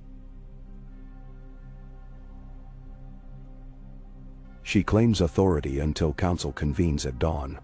"I'll break the door," Ned said. "No time," Davos muttered. "Joffrey sits the throne with Lannister swords. If you challenge without counsel, blood floods the court." Ned breathed deep, rain scent. "Then we must reach Robert first and show this." A sudden clash rang from corridor. Steel on steel. Shouts. A gold cloak staggered into yard, clutching belly wound. Behind him burst Mira's lookout. Ambush. Crossbow bolts thumped wood. More guards swarmed. Tyrion cursed. Davos drew dirk. Ned's men formed shield knot. From above, a torch sailed down, shattering oil on straw. Flames leapt. Horses screamed. Rain hissed but fire spread. Ned slashed a path to opposite gate, found it barred. Tyrion pointed up hayloft ladder. "Rafters lead through granary to kitchens," he gasped. Arrows zipped past. They climbed into choking smoke, crawled beams into adjoining loft. Rafters bowed under weight. Below, guards pounded, flames licking walls. Davos kicked a hatch. Rotten boards broke, they dropped into grain chute, tumbled through dust, landed hard in storeroom of the kitchens. Cooks fled, panting. Ned righted himself. Tyrion brushed flour from face. "Shortcuts." He grinned bleakly. "Come, the solar is near." They raced along service corridor, past stunned servants. But at curve ahead loomed line of red cloaks and steel. Ser Boros Blount stepped forth, mace raised. "Halt in name of the Queen." Ned held up the protectorship decree. "I act for the king. Stand aside." "Queen's orders outrank scribbles," Blount sneered, lunging. Fight erupted in confined space. Swords ringing off stone. Ned parried, counter-thrust, hamstrung a guard. Rain-wet boots slipped. Davos gored another. Tyrion ducked under a swing, cracked lantern across knee, flames splashing oil onto leggings. Guard shrieked, yet Blount pressed, shield bashing Ned's shoulder. Ned tripped, pain flaring old wound. Blount raised mace, arrow sprouted from his neck. Jaime Lannister stood down corridor. Freed shackles dangling, bow in hand. "My debt paid," Jaime said, tossing bow aside and drawing sword. He swept remaining red cloaks aside with whirling fury. "Go to Robert." Ned pushed to feet. "Why help?" "Because Cersei would burn us all and call it victory." Jaime jerked thumb. Door at end, second right. Ned rushed, men behind. Jaime turned to face new pursuing guards, blocking path with white cloak, gathered like banner. Ned reached the solar, doors barred from outside by pikes. He shoved decree under slits. "By word of the king, open." Silence. Then, scraping of bolts. A squire peered, terrified. Ned strode inside. Robert lay pale, eyes sunken, breath shallow. Pycelle cowered near leech bowl. Ned knelt, heart lurching. "Robert, part." The king's lids fluttered. Recognition flickered. "Stark. Promised. You'd save." "I will." Ned rose, unfurled decree before Pycelle. "Summon the council now." Pycelle wavered. "The queen." "Obey your king," Ned roared. The maester shuffled out. Ned posted guards. Tyrion hovered, worry etched. Rain drummed roof as thunder cracked. Below, in throne room, Cersei draped Joffrey in crimson cloak, crown heavy on boy's brow. Lords assembled under torch glare. Littlefingers smirking. Varys watchful, Renly glaring unease. Cersei stepped before throne. "His Grace Robert lies grievous," she proclaimed. "He names me regent until his recovery." A murmur. Renly raised voice. "Where is the king's seal? Robert cannot sign." Cersei said smoothly. Doors banged wide. Ned strode in flanked by sworn men. Decree aloft. "He signed enough." Gasps. E1. Cersei's eyes narrowed to green slivers. "Seize him," she hissed. Gold cloaks advanced, then halted as Renly and Barristan interposed shields. Lord Bywater turned cloak, lining men with Stark. Balance quivered. Littlefinger stepped between factions, palms up. "Let us read the king's word." He took decree, eyes dancing. "Authentic." He smiled thin. "The king names Eddard Stark Lord Protector until heir comes of age." Cersei scoffed. "That paper forged." "Show Counsel Robert to confirm," Ned said. Pycelle stepped, voice feeble. "His grace fading. If moved, he may perish." "So may realm," Ned answered. Tension taut as drawn bow. Then Robert himself appeared, borne on litter by 4 sergeants, Jaime limping behind. He waved off hands, struggled to sit. Voice ragged. "I wrote. Ned rules till I stand." He coughed blood. Cersei's facade shattered in moment of naked fury. "They poisoned you against us." Robert's gaze found her. Sadness more than rage. "You poisoned everything." He sagged, eyes closing. Barristan rushed, felt pulse shallow but alive. Silence engulfed. Every lord felt hinge of history swing. Ned faced Hall. "Hear me. Until his grace recovers, no hostilities within walls. Grain gates open. Lord Bywater keeps watch. Any man draws steel faces, ice." He raised greatsword. Torchlight flared along Valyrian ripples. Slowly, gold cloaks kneeled. Varys knelt. Littlefinger smirked, bowed. Renly exhaled relief. Cersei curtsied stiff as iron, rage banked. Only Joffrey remained rigid on throne, eyes wet bright with thwarted power. 3 days later, ravens flew. Truce in capital.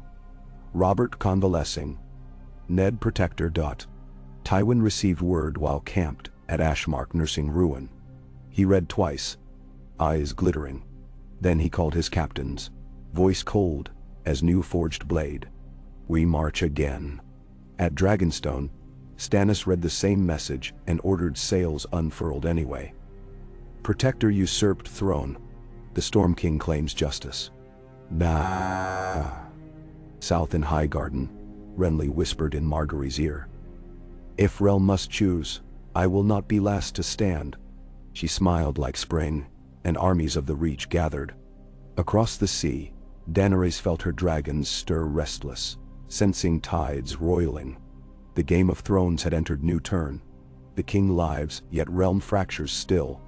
Ned Stark held the center, but winter crept and lions licked wounds, and the next throw of dice would spill lives anew.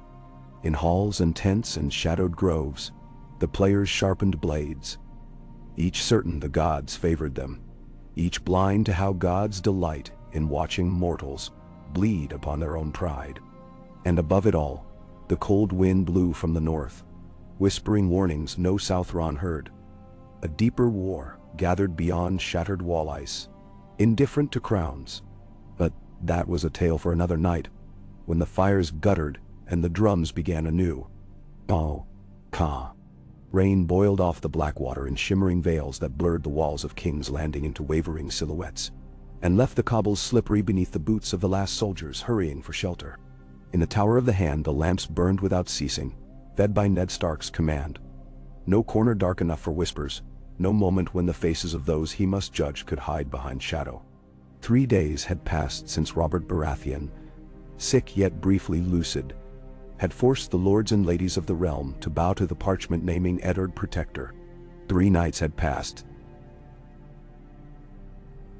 since the first attempt to break that parchment with steel in a hallway.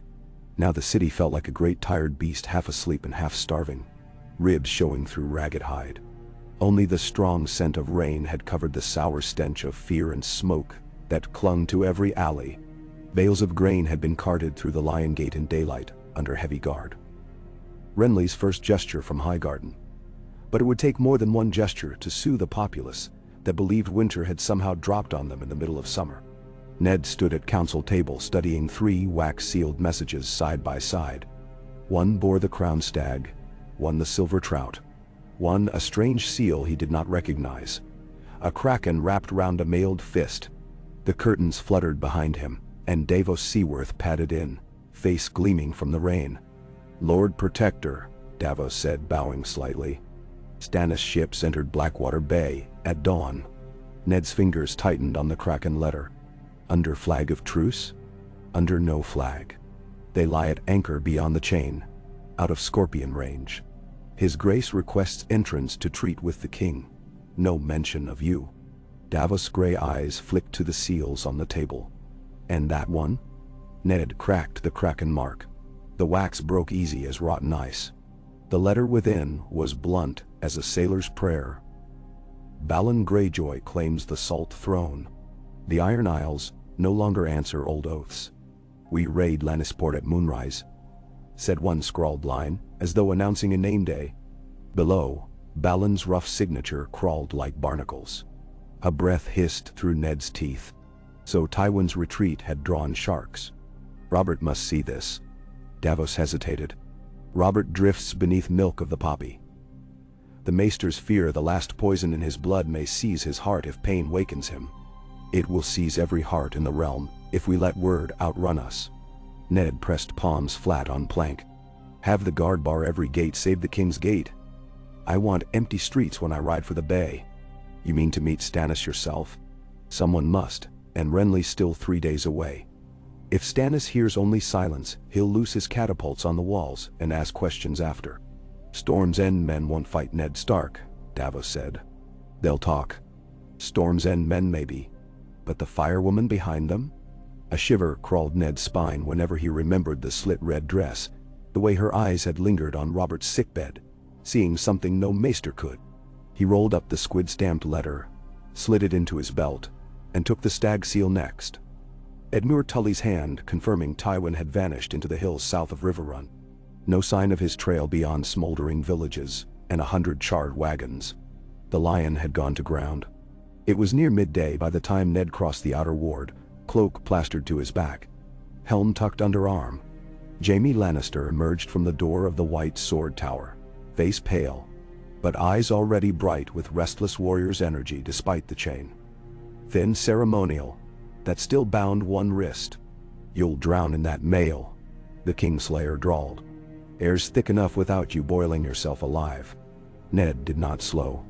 If Stannis lands, I'll need every stubborn link. Jaime fell into step. His Grace still trusts me? Robert dreams of hunting you down with his own spear, Ned answered. Trust requires time, and we are near out of that. Jaime's mouth tightened. He'll need every sword when my father returns. And if the Greyjoys truly raid Lannisport, then Lord Tywin may find gold melts quickly when set ablaze. Here he. Ned stopped at the armory door and gestured for the key dangling from Jaime's shackle. Your oath kept Robert alive. Robert will decide your fate if and when he stands. Until then, help me keep his realm breathing. Jaime said nothing. At last he lifted the wrist, allowed Ned to unlock. The man rubbed raw skin, golden hair matted by damp. I never thought to fight beside a wolf again. Lead on, Stark, before the city tears itself into a dozen petty fiefdoms. The rain slackened by evening. Ned rode down the wharf road flanked by Silverhand guards and Davos, his ironborn letter hidden in a waterproof tube. Ahead, the silhouettes of Stannis galleys swayed like black fortresses on invisible chains, lanterns glowing yellow through slits. Between their hulls, the rising tide grumbled against anchor stones. At the end of the emptied pier stood a lone skiff. A red-robed woman waited, crimson fabric clinging as though sculpted from the downpour itself. Her ruby pendant pulsed with each heartbeat. I am Melisandre Ashai, she said. Lord Stannis bids you board and learn the truth the flames revealed. Ned dismounted. The Lord of Light's truth changes with the wind. I serve flesh and blood kings. Flesh and blood fail. she murmured. Fire endures. She turned, letting her garment trail like liquid ember, and stepped into the boat. Davos gestured warily but followed. Ned set boot on wet plank, feeling how each choice left fewer behind him than ahead. The galley's deck smelled of pitch and new tarred rope. Stannis waited beneath the lantern arch, his face drawn, jaw clenched so tight the cords in his neck stood out. Soldiers in Baratheon black and gold, massed silent behind him. "Lord Stark," Stannis said without courtesy, "bring me Robert. If his hand can still sign, let him name me rightful heir and spare the city siege." Ned met that unblinking gaze. "Robert lies in fever, but he is not dead. And he named me Protector, not you, Regent. And now, Protector until Joffrey comes of age." Stannis' voice sliced. "The boy is not of Baratheon seed. I have proof. Letters from Jon Arryn's secret account ledgers, testimonies of grooms at Casterly Rock, the king's own line of bastards spread through King's Landing like scattered seed. The realm must know." "Proof means little if shouted over catapult stone," Ned said. "Come ashore. Show the small council. If Robert lives, he may still decide." Behind Stannis, Melisandre's ruby brightened. Robert Baratheon's flame gutters. She said softly, almost kindly, "When it goes out, darkness shall devour all these petty wars. One king chosen by fire can stand against the night." Stannis' hand closed and opened. Ned saw nails gouge the palm near bleeding. "I come at dawn," Stannis said. "If I find the gate sealed and the boy still perched upon that throne, I will bring him down with fire." He turned away. Ned left the galley chilled, not by wind, but by the implacable weight of that vow. Deserted alleys were not so deserted after nightfall. Littlefinger stepped from archway onto Ned's path as the Hand and his party climbed the hill toward the mud-slicked Street of Sisters. "Your grace of timing stumbles," Pettier said, voice honeyed. "This city hovers on a blade. One gust," he blew a gentle puff, "and all tumbles." "I feel gusts from Dragonstone," Ned answered, shouldering past. Littlefinger fell in beside him. "Oh, many winds tonight. The Tyrells write me. The rose tilts bridal petals toward your Princess Sansa. Imagine Stark wolves allied with Highgarden's grain. A counter to Stannis' stern justice, perhaps." Ned slowed. "You'd wed my daughter into reach ambition?" Petter's smile widened. Rain dripped from his trimmed beard. "The realm runs on marriage as on grain. Feed one, and the other grows. I'll feed the city first." Ned left him. Petty remained in the rain, head tilted as though pondering a tapestry pattern only he could see. The raven from the Iron Islands arrived before dawn. Its claws gouged Maester Pycelle's forearm, as though the bird felt the message's import. Tywin Lannister unrolled that same scrap at a camp south of the Golden Tooth. Raindrops smeared ink, but Balon's meaning roared. Lannisport burned. The Lion's Port lived true to its name only in screams. Tywin's face did not contort. He handed the message to Kevin wordlessly, mounted his horse, and ordered horns. They would ride west, not east, his vengeance on Ned Stark postponed beneath the greater wound. A wrong-footed lion still had claws, yet a lion beset by kraken and wolf might soon find nothing left to rule. On the 12th day of Ned's protectorship, the bells of Baelor's Sept tolled low. A funeral drone for no one yet dead. Robert Baratheon opened his eyes and felt each toll like a blow to ribs, memory of hammers and camps and young men's songs. Catelyn Stark's voice slid through the haze, reading lines from a treatise on Southern law to keep his wits engaged. How she had arrived only hours earlier, after a hard ride from the Neck. How she had persuaded Slint's guards to let her pass by brandishing Ned's seal. Robert could not recall. He only knew every breath hurt less than the last, and the world no longer pitched like a longship in gale. Ned stepped inside carrying a steaming bowl. Robert pushed himself on elbow, beard shaggy, eyes bloodshot. "Your face is longer than your sword," the king rasped. "Better than shorter than my patience," Ned replied. He pressed a hand to Robert's brow. "The fever breaks. The city waits. Then bring me wine and my counsel."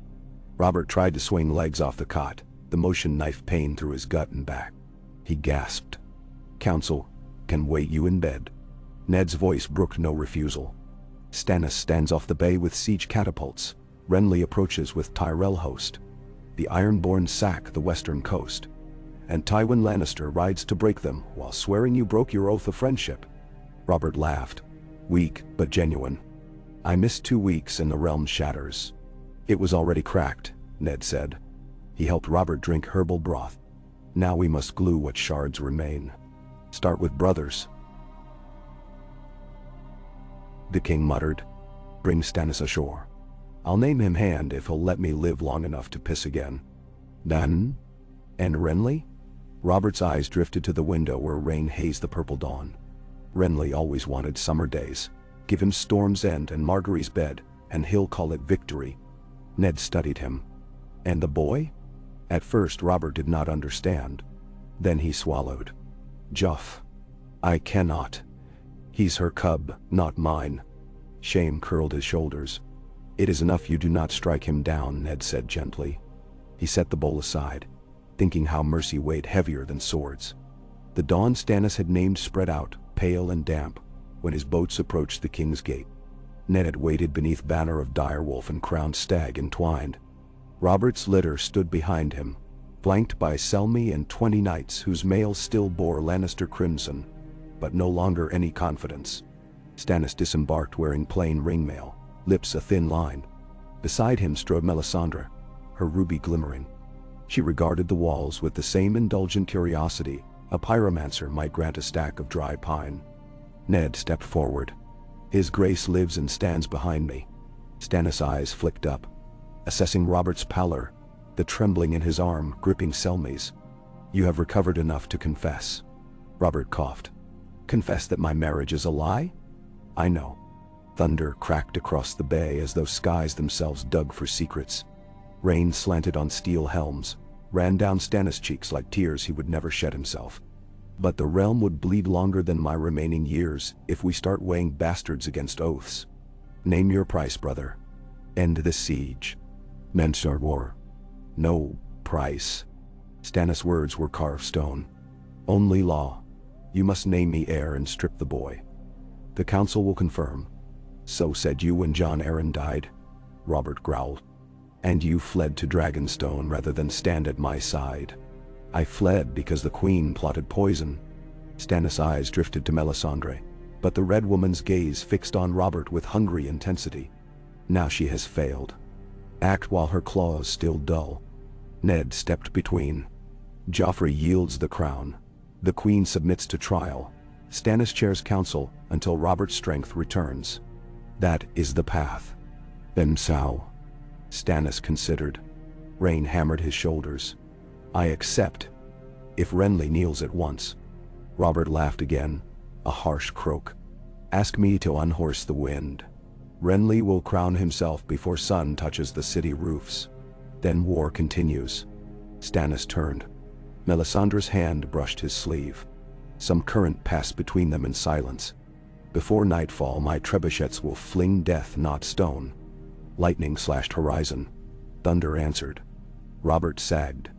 Ned stepped to help, but the king waved him off. "Stannis," he barked, "for the love you once bore our house." "I bore truth, not love," the older brother said. He boarded his craft. The galley oars beat water like a funeral drum. The council chamber that night reeked of damp wool and anger. Renly had not yet reached the city, but his outriders filled the Kingswood with Tyrell banners. From the west came fresh ravens. Ironborn longships raking coast, Lannisport still smoking, Tywin diverting half his strength to defend his own seat. The rest limped east, looting the riverlands for provisions. Littlefinger leaned over the map, idly spinning a ruby gaming stone. 3 kings, 1 queen, and a kraken walk into a tavern, he murmured. The punchline writes itself in blood. Catelyn, seated in Cat's old place behind Ned, stiffened. "Do you jest while small folk starve?" Petter's smile flicked sideways. "I jest to keep hands steady." Robert's voice slurred near the end of the table, where a maester's tonic damped both pain and wrath. "Ned, Send ravens. Stannis' hand. Renly, master of laws. Tywin absolved if he turns his swords on Ironborn this instant. Ned said, and Cersei? Robert's eyes drifted. She can ride for Casterly Rock, take the boy, live as lioness without crown. Jaime's tongue clicked. He stood unapologetically behind Ned's chair, white cloak replaced by a plain hauberk. She will burn before that. Then warn her sharp. Robert rasped. One more dagger at my throat, and I answer with wildfire. Silence bloomed. Each counselor pictured Aerys' pyromancers, remembered smoke lifting above a ruined capital years before. Ned rapped knuckles on wood. Enough. I will ride to the King's Landing Ghats at first light. If Stannis looses a single stone, I will show the realm whose side shed whose blood. Then troll. Snow fell in the neck that same dawn. Wet spring snow that melted on reeds but clung to spears.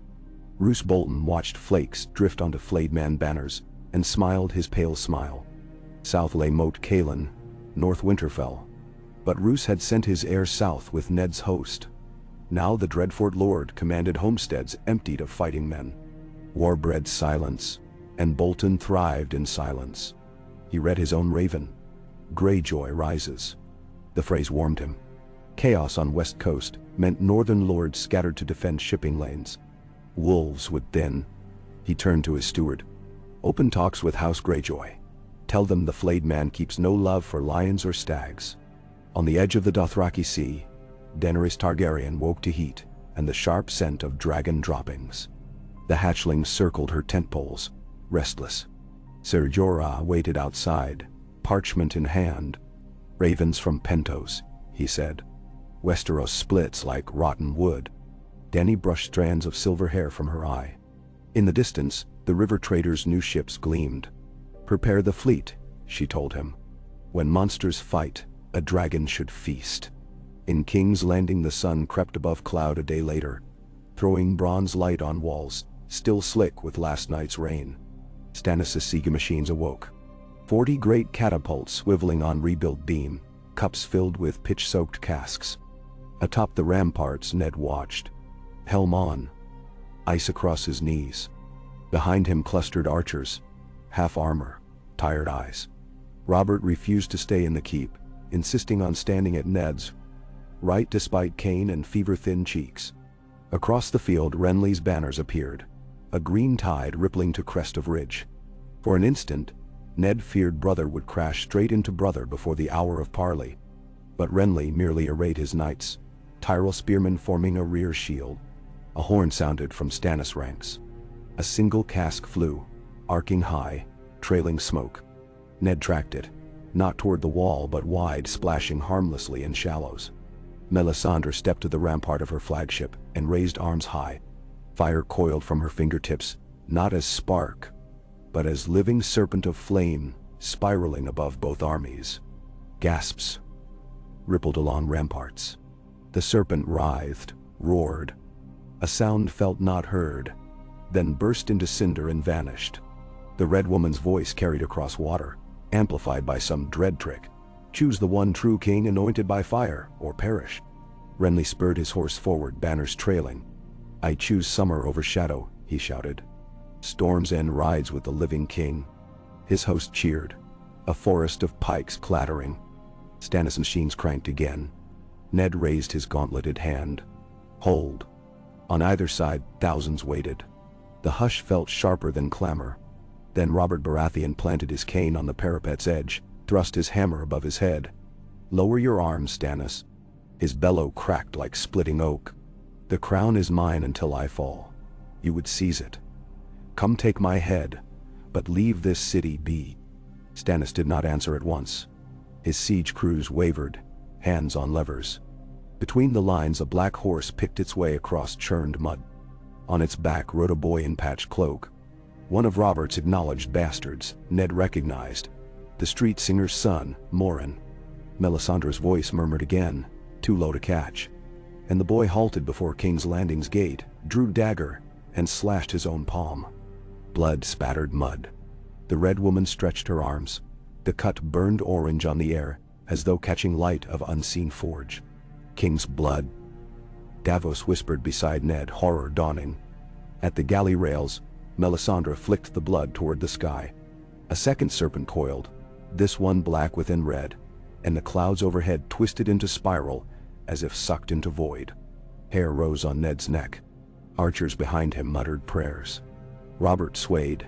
Ned steadied him. "Sorcery," the king hissed. "The same my grandfather cursed." Renly wheeled his horse. Even from distance, Ned saw the younger brother's eyes wide with fear. But Stannis made no sign. He stared at Robert with something like pity. Finally, amidst the unnatural hush, Sir Barristan Selmy shouted, "Stand down!"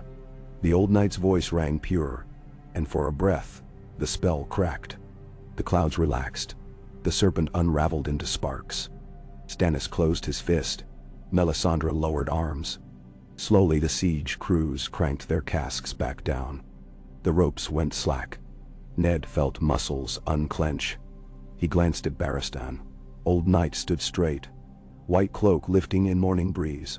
Sword still sheathed. Even sorcery bent before a lifetime of honor. But wizards rarely abandon games quickly. That very dusk, as Robert lay resting in bedchamber with Catelyn reading petitions, a shadow slipped through Arrow's slit, thin as smoke but shaped like a man. It drifted across hearthlight, solidifying near the sheets, dagger merging from its darkness. Catelyn screamed. Robert's eyes widened. But before steel found heart, another sword met it. Jaime's sword, flashing in mid-arc. The clash threw sparks. Shadow recoiled, lacking voice but hissing rage through chasm mouth. Jaime's second stroke sliced its arm. Nothing but black mist spilled, yet the dagger dropped. The Kingslayer lunged again. The shadow collapsed into tendrils that seeped between floorboards and vanished. Servants stormed in. Catelyn pressed hands to her chest, still shaking. Robert panted curses. Jaime knelt and retrieved the fallen blade. Plain steel, slick with unnatural chill. "Where is the Red Woman?" Ned demanded when he heard the tale. He dispatched cloaked searchers through rain-drenched warrens, but Melisandre was already gone, fled the bay in a small skiff before dusk's eerie calm.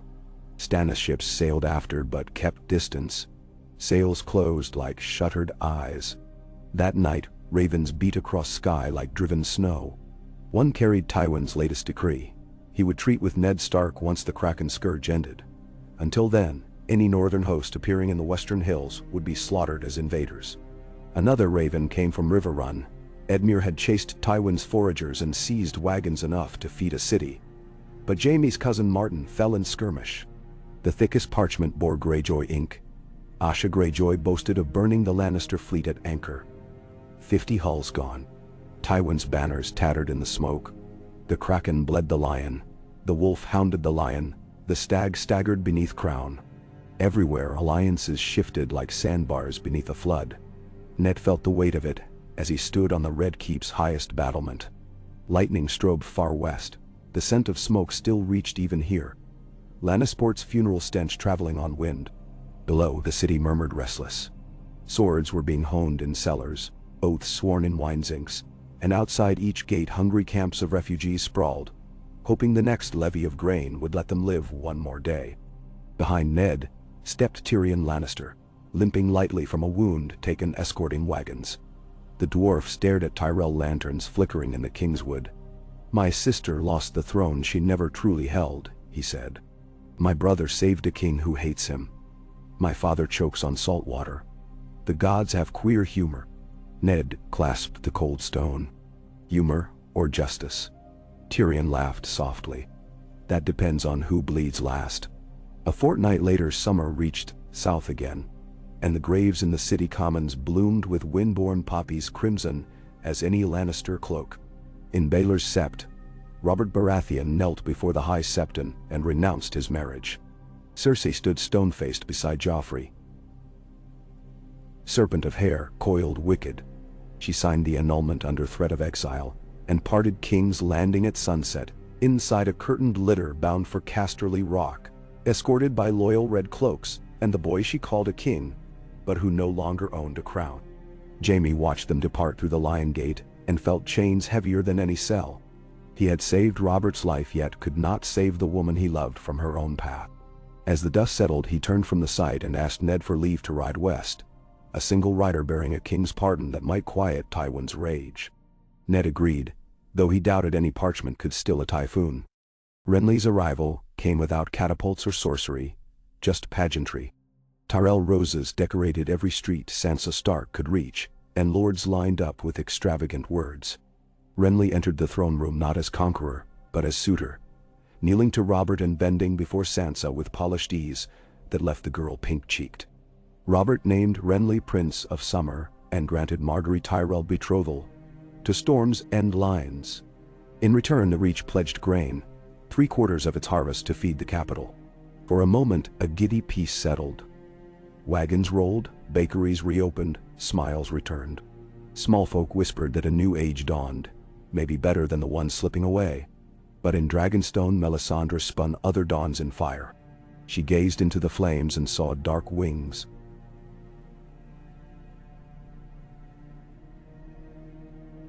Silent streets.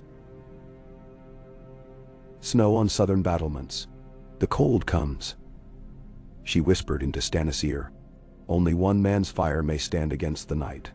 Stannis looked across the narrow sea, and his resolve hardened into something colder than winter. He began forging new alliances, dispatching Davos to treat with the Ironborn, and even Roose Bolton, offering titles older than the realm itself if they would bend knee. Months crawled. Robert regained strength enough to ride, but each gallop left him coughing, and the hammer he once swung with glee hung now like memory. He spent more time with goat pens and harbor ledgers than with war councils.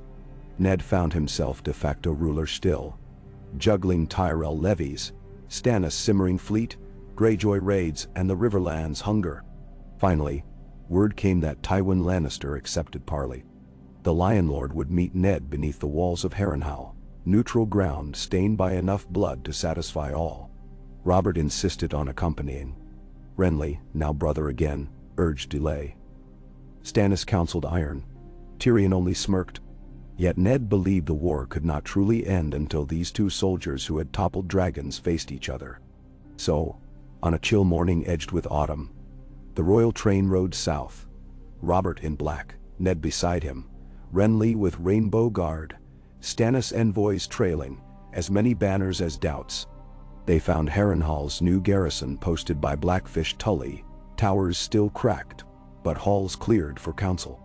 Tywin arrived at noon, red cloak dusty, eyes sharp. Jaime at his right, Cersei unveiled at left. Joffrey rode behind, small crown box carried by a weary squire, though no one would let him wear it now. Inside the echoing hall, they stood in two lines, watchers perched on fallen stone like crows. Robert coughed once, then planted cane. "Let this madness end," he growled. Tywin's face carved no expression. "Begin with the Kraken pirates on my coast. End with the northern host in my rivers." Stannis' envoy snorted. Renly shifted weight. Ned raised hand. "The Kraken will be answered by royal fleet once Tyrell oats feed the oarsmen. The northern host remains because the Riverlands still bleed. When restitution paid, banners furl." Cersei stepped forward, hair gleaming. "Restitution begins with return of my children's birthright." Robert's eyes flashed. "That boy wears no crown while I breathe." Tywin spoke then, voice like frost on iron. "I do not beg crowns for bastards. I demand safety, my daughter's life, my line's survival. Strip the lion to bone and it will bite regardless." Jaime's gaze flicked to Ned, perhaps pleading, perhaps warning. The hall held its breath. Then a horn sounded outside. A scout stumbled in, mud splattered. "Ships! Ironborn sails on the lakehead." He gasped. "Greyjoy longships on the God's Eye. They fly the Kraken and Flayed Man banners. Roose Bolton and Balon Greyjoy together." Madness made alliance. Tywin's lips parted for the first time with surprise. Robert cursed so foul even the stone cracked. Ned turned to Stannis' envoy Teor. "Will your lord join the defense?" "The Lord of Light burns no Kraken," came the cold reply. "Then the rest of us stand or fall," Ned said. Tywin nodded grimly. A truce until the new enemy slain. Robert slammed cane. Done. All swords to the shore. Outside, horns lifted. Men scrambled for mounts. Cersei retreated with Joffrey into Keep Interior. Jaime pacing like caged cat. Above broken towers, ravens took wing. The Battle of God's Eye wrote itself into tales before first swords crossed. Wolves, lions, roses, stags defending haunted ruins against kraken and flayed men under crimson sky. Torches dotted marsh banks.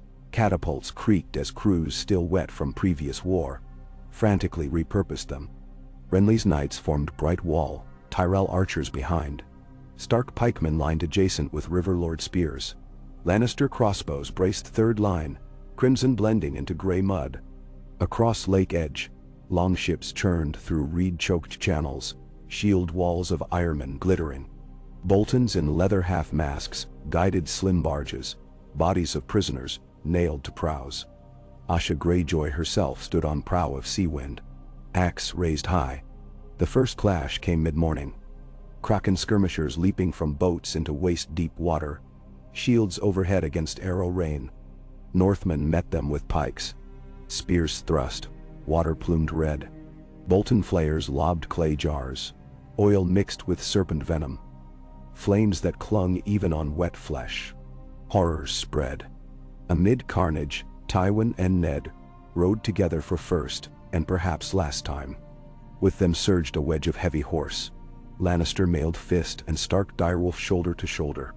They smashed through Kraken flank, hoofbeats beating drum. Asha swung axe at Ned's knee. He parried with ice, and knocked her helmed head so hard she splashed off boat, laughing madly even as she sank. Bolton's men advanced under black banners, but Renly's flowering devils. His new guard in rainbow cloaks charged, colors streaming in gray rain. Garland Tyrell led spear of knights, who burst Bolton line and trampled flaypoles. Stannis' fleet watched from bay mouth. Sails muted. Melisandre's red eyes reflected the fires burning on water, lips silently shaping prayer or prophecy. The Kraken tide broke at last when Robert himself, carried in war cart, hurled his hammer into the prow of the Seawind, splintering mast. He bellowed old battle song. Ironborn quailed, seeing a giant they thought half dead still strong enough to shatter oak. By dusk, the lake steamed with corpses. Greyjoy longships burned charred ribs. Bolton banners lay trampled. Wolves dragged flayed corpses from water. Lions collected spears. The allied host staggered exhausted but alive. Smoke drifted above Harrenhal as the lords gathered again. None spoke of crowns or bastards. They spoke of burials, of wounded men, of how winter's first breath had crept into camp while they fought. Tywin faced Robert. "Our quarrel ends. Your debts remain." Robert, splashed with Kraken blood, managed a lopsided grin. "Gold or grain, you'll have them." "Grain will do." Tywin glanced toward Ned. "And the North goes home once the Riverlands stand." "They stand," Ned said. Though he knew behind him Roose, Bolton slunk north with scraps of Kraken packed. New war never ended, only slept. Cersei stepped from shadows, tear tracks cutting ash on her cheeks. "What of my son?" Robert looked past her at Tywin. "He wears Lannister crimson, not Baratheon black. Let him learn to serve before he rules. If he proves worth, heirs can be reconsidered." Cersei's lips trembled with fury and relief in equal measure. She bowed stiffly. Renly clasped Stannis' mailed forearm. "Brothers again?" Stannis' face did not warm. "Duty again." Yet he accepted the grip.